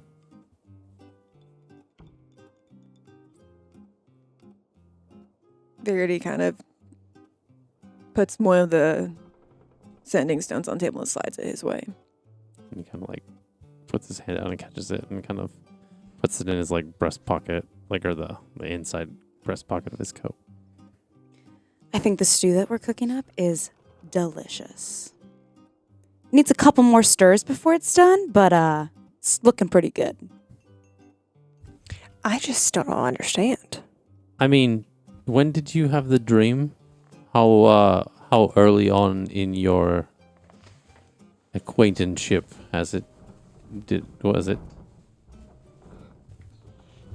The same night I met them? And has it happened since?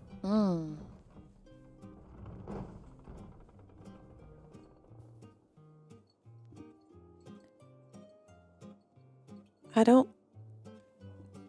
think so. I've had other dreams. Was that the same night that you tried to get drunk but couldn't? No, it was the same night that we took out Thalorn. And you had not necessarily yet allied. Therefore, No, because she tried to steal some platinum.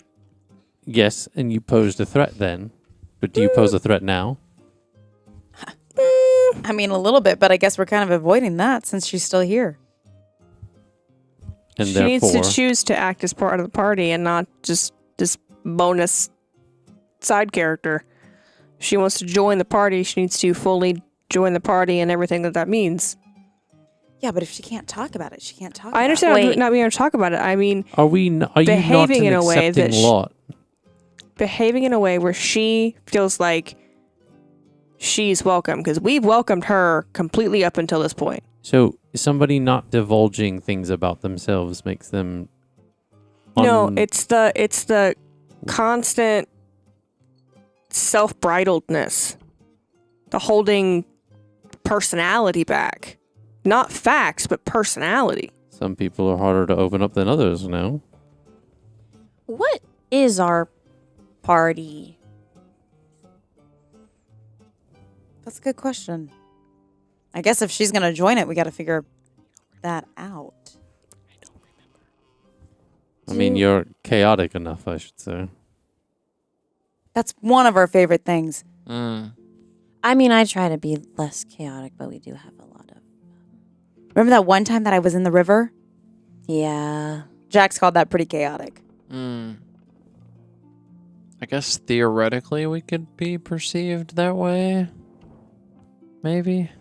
I mean, I guess. I mean, theoretically, but also murder, random wings, lots of gods, I don't voices. necessarily like murder. No. But you got to admit it's pretty chaotic. You're really good at it, though. Better than you think you Say are. that. I think we're kind of getting off track here. I don't. But okay, we can go to that, I guess.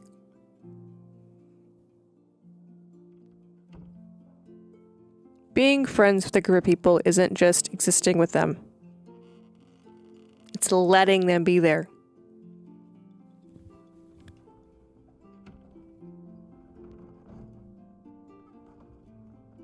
It's allowing them into the space that is who you are. Not just conveniently meeting up for dinner every night and conveniently staying in the same taverns and conveniently being on the same boats. It's not only showing up for them, but giving them the opportunity to show up for you too. And that's the part for me that's been missing, is you're not giving us, any of us, the opportunity to just be with you.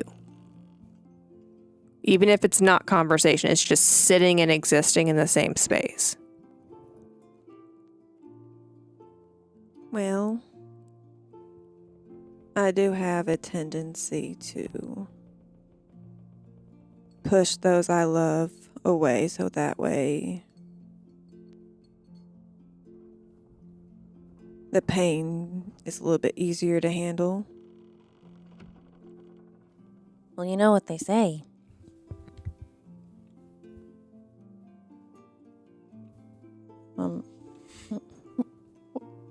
When you share sadness, it's half the burden. But why share the burden when you shouldn't have to be burdened at all? So you don't have to weigh it all yourself. That right there is what we're talking about. Like, why aren't you giving us the opportunity? Or you're denying us the opportunity to support you to make that load lighter. So whenever By you're being- ready to help us make that load lighter, we'll be on a ship going to our next location.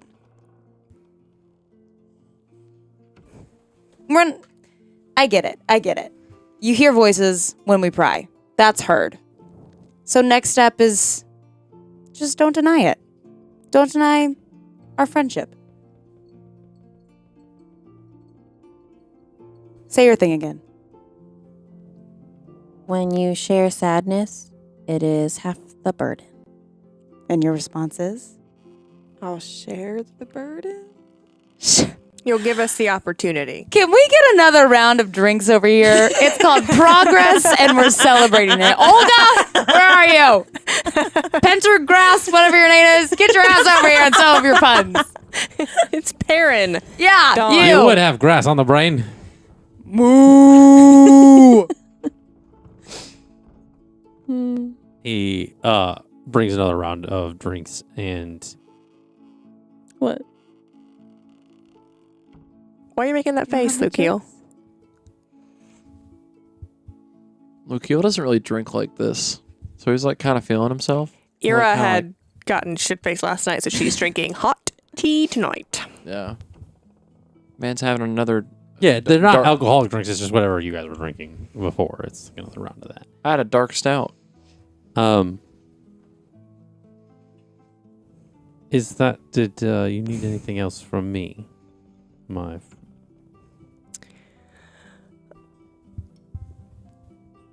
I have something I want to tell Ammar, but I don't want to do it at the table. Hmm.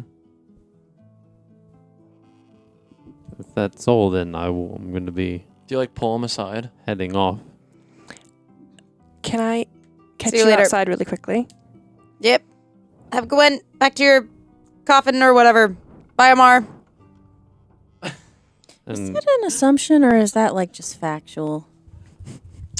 so Ammar gets up at the table, and Ira and Ammar walk outside.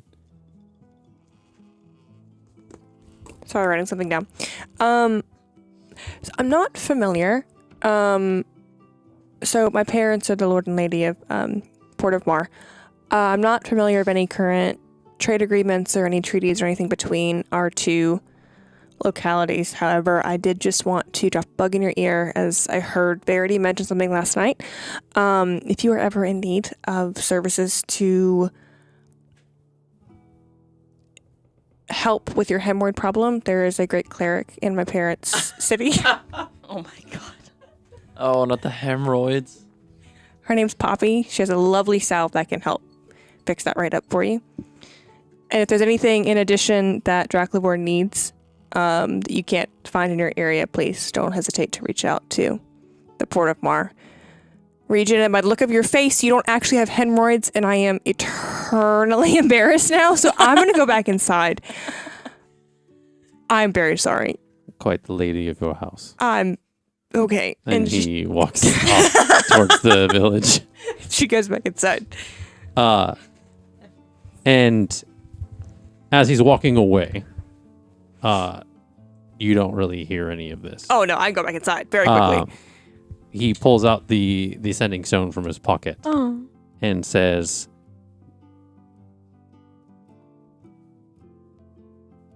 I apologize for speaking on your behalf. If you need to talk, I'll be at our spot. Ooh, spicy. And that's where we're going to end tonight. Stir the God pot. dang, Stir our the spot. plot. What does Stir that the mean? plot. Thank you Friggin- so much for joining us on this second part of this episode of Off the Beaten Quest. We really appreciate everything, all of you guys liking, subscribing, being a part of this podcast, as well as listening to the great ambiance that Pocketbard provides. We will see you for the first part of session 68 and in the next episode.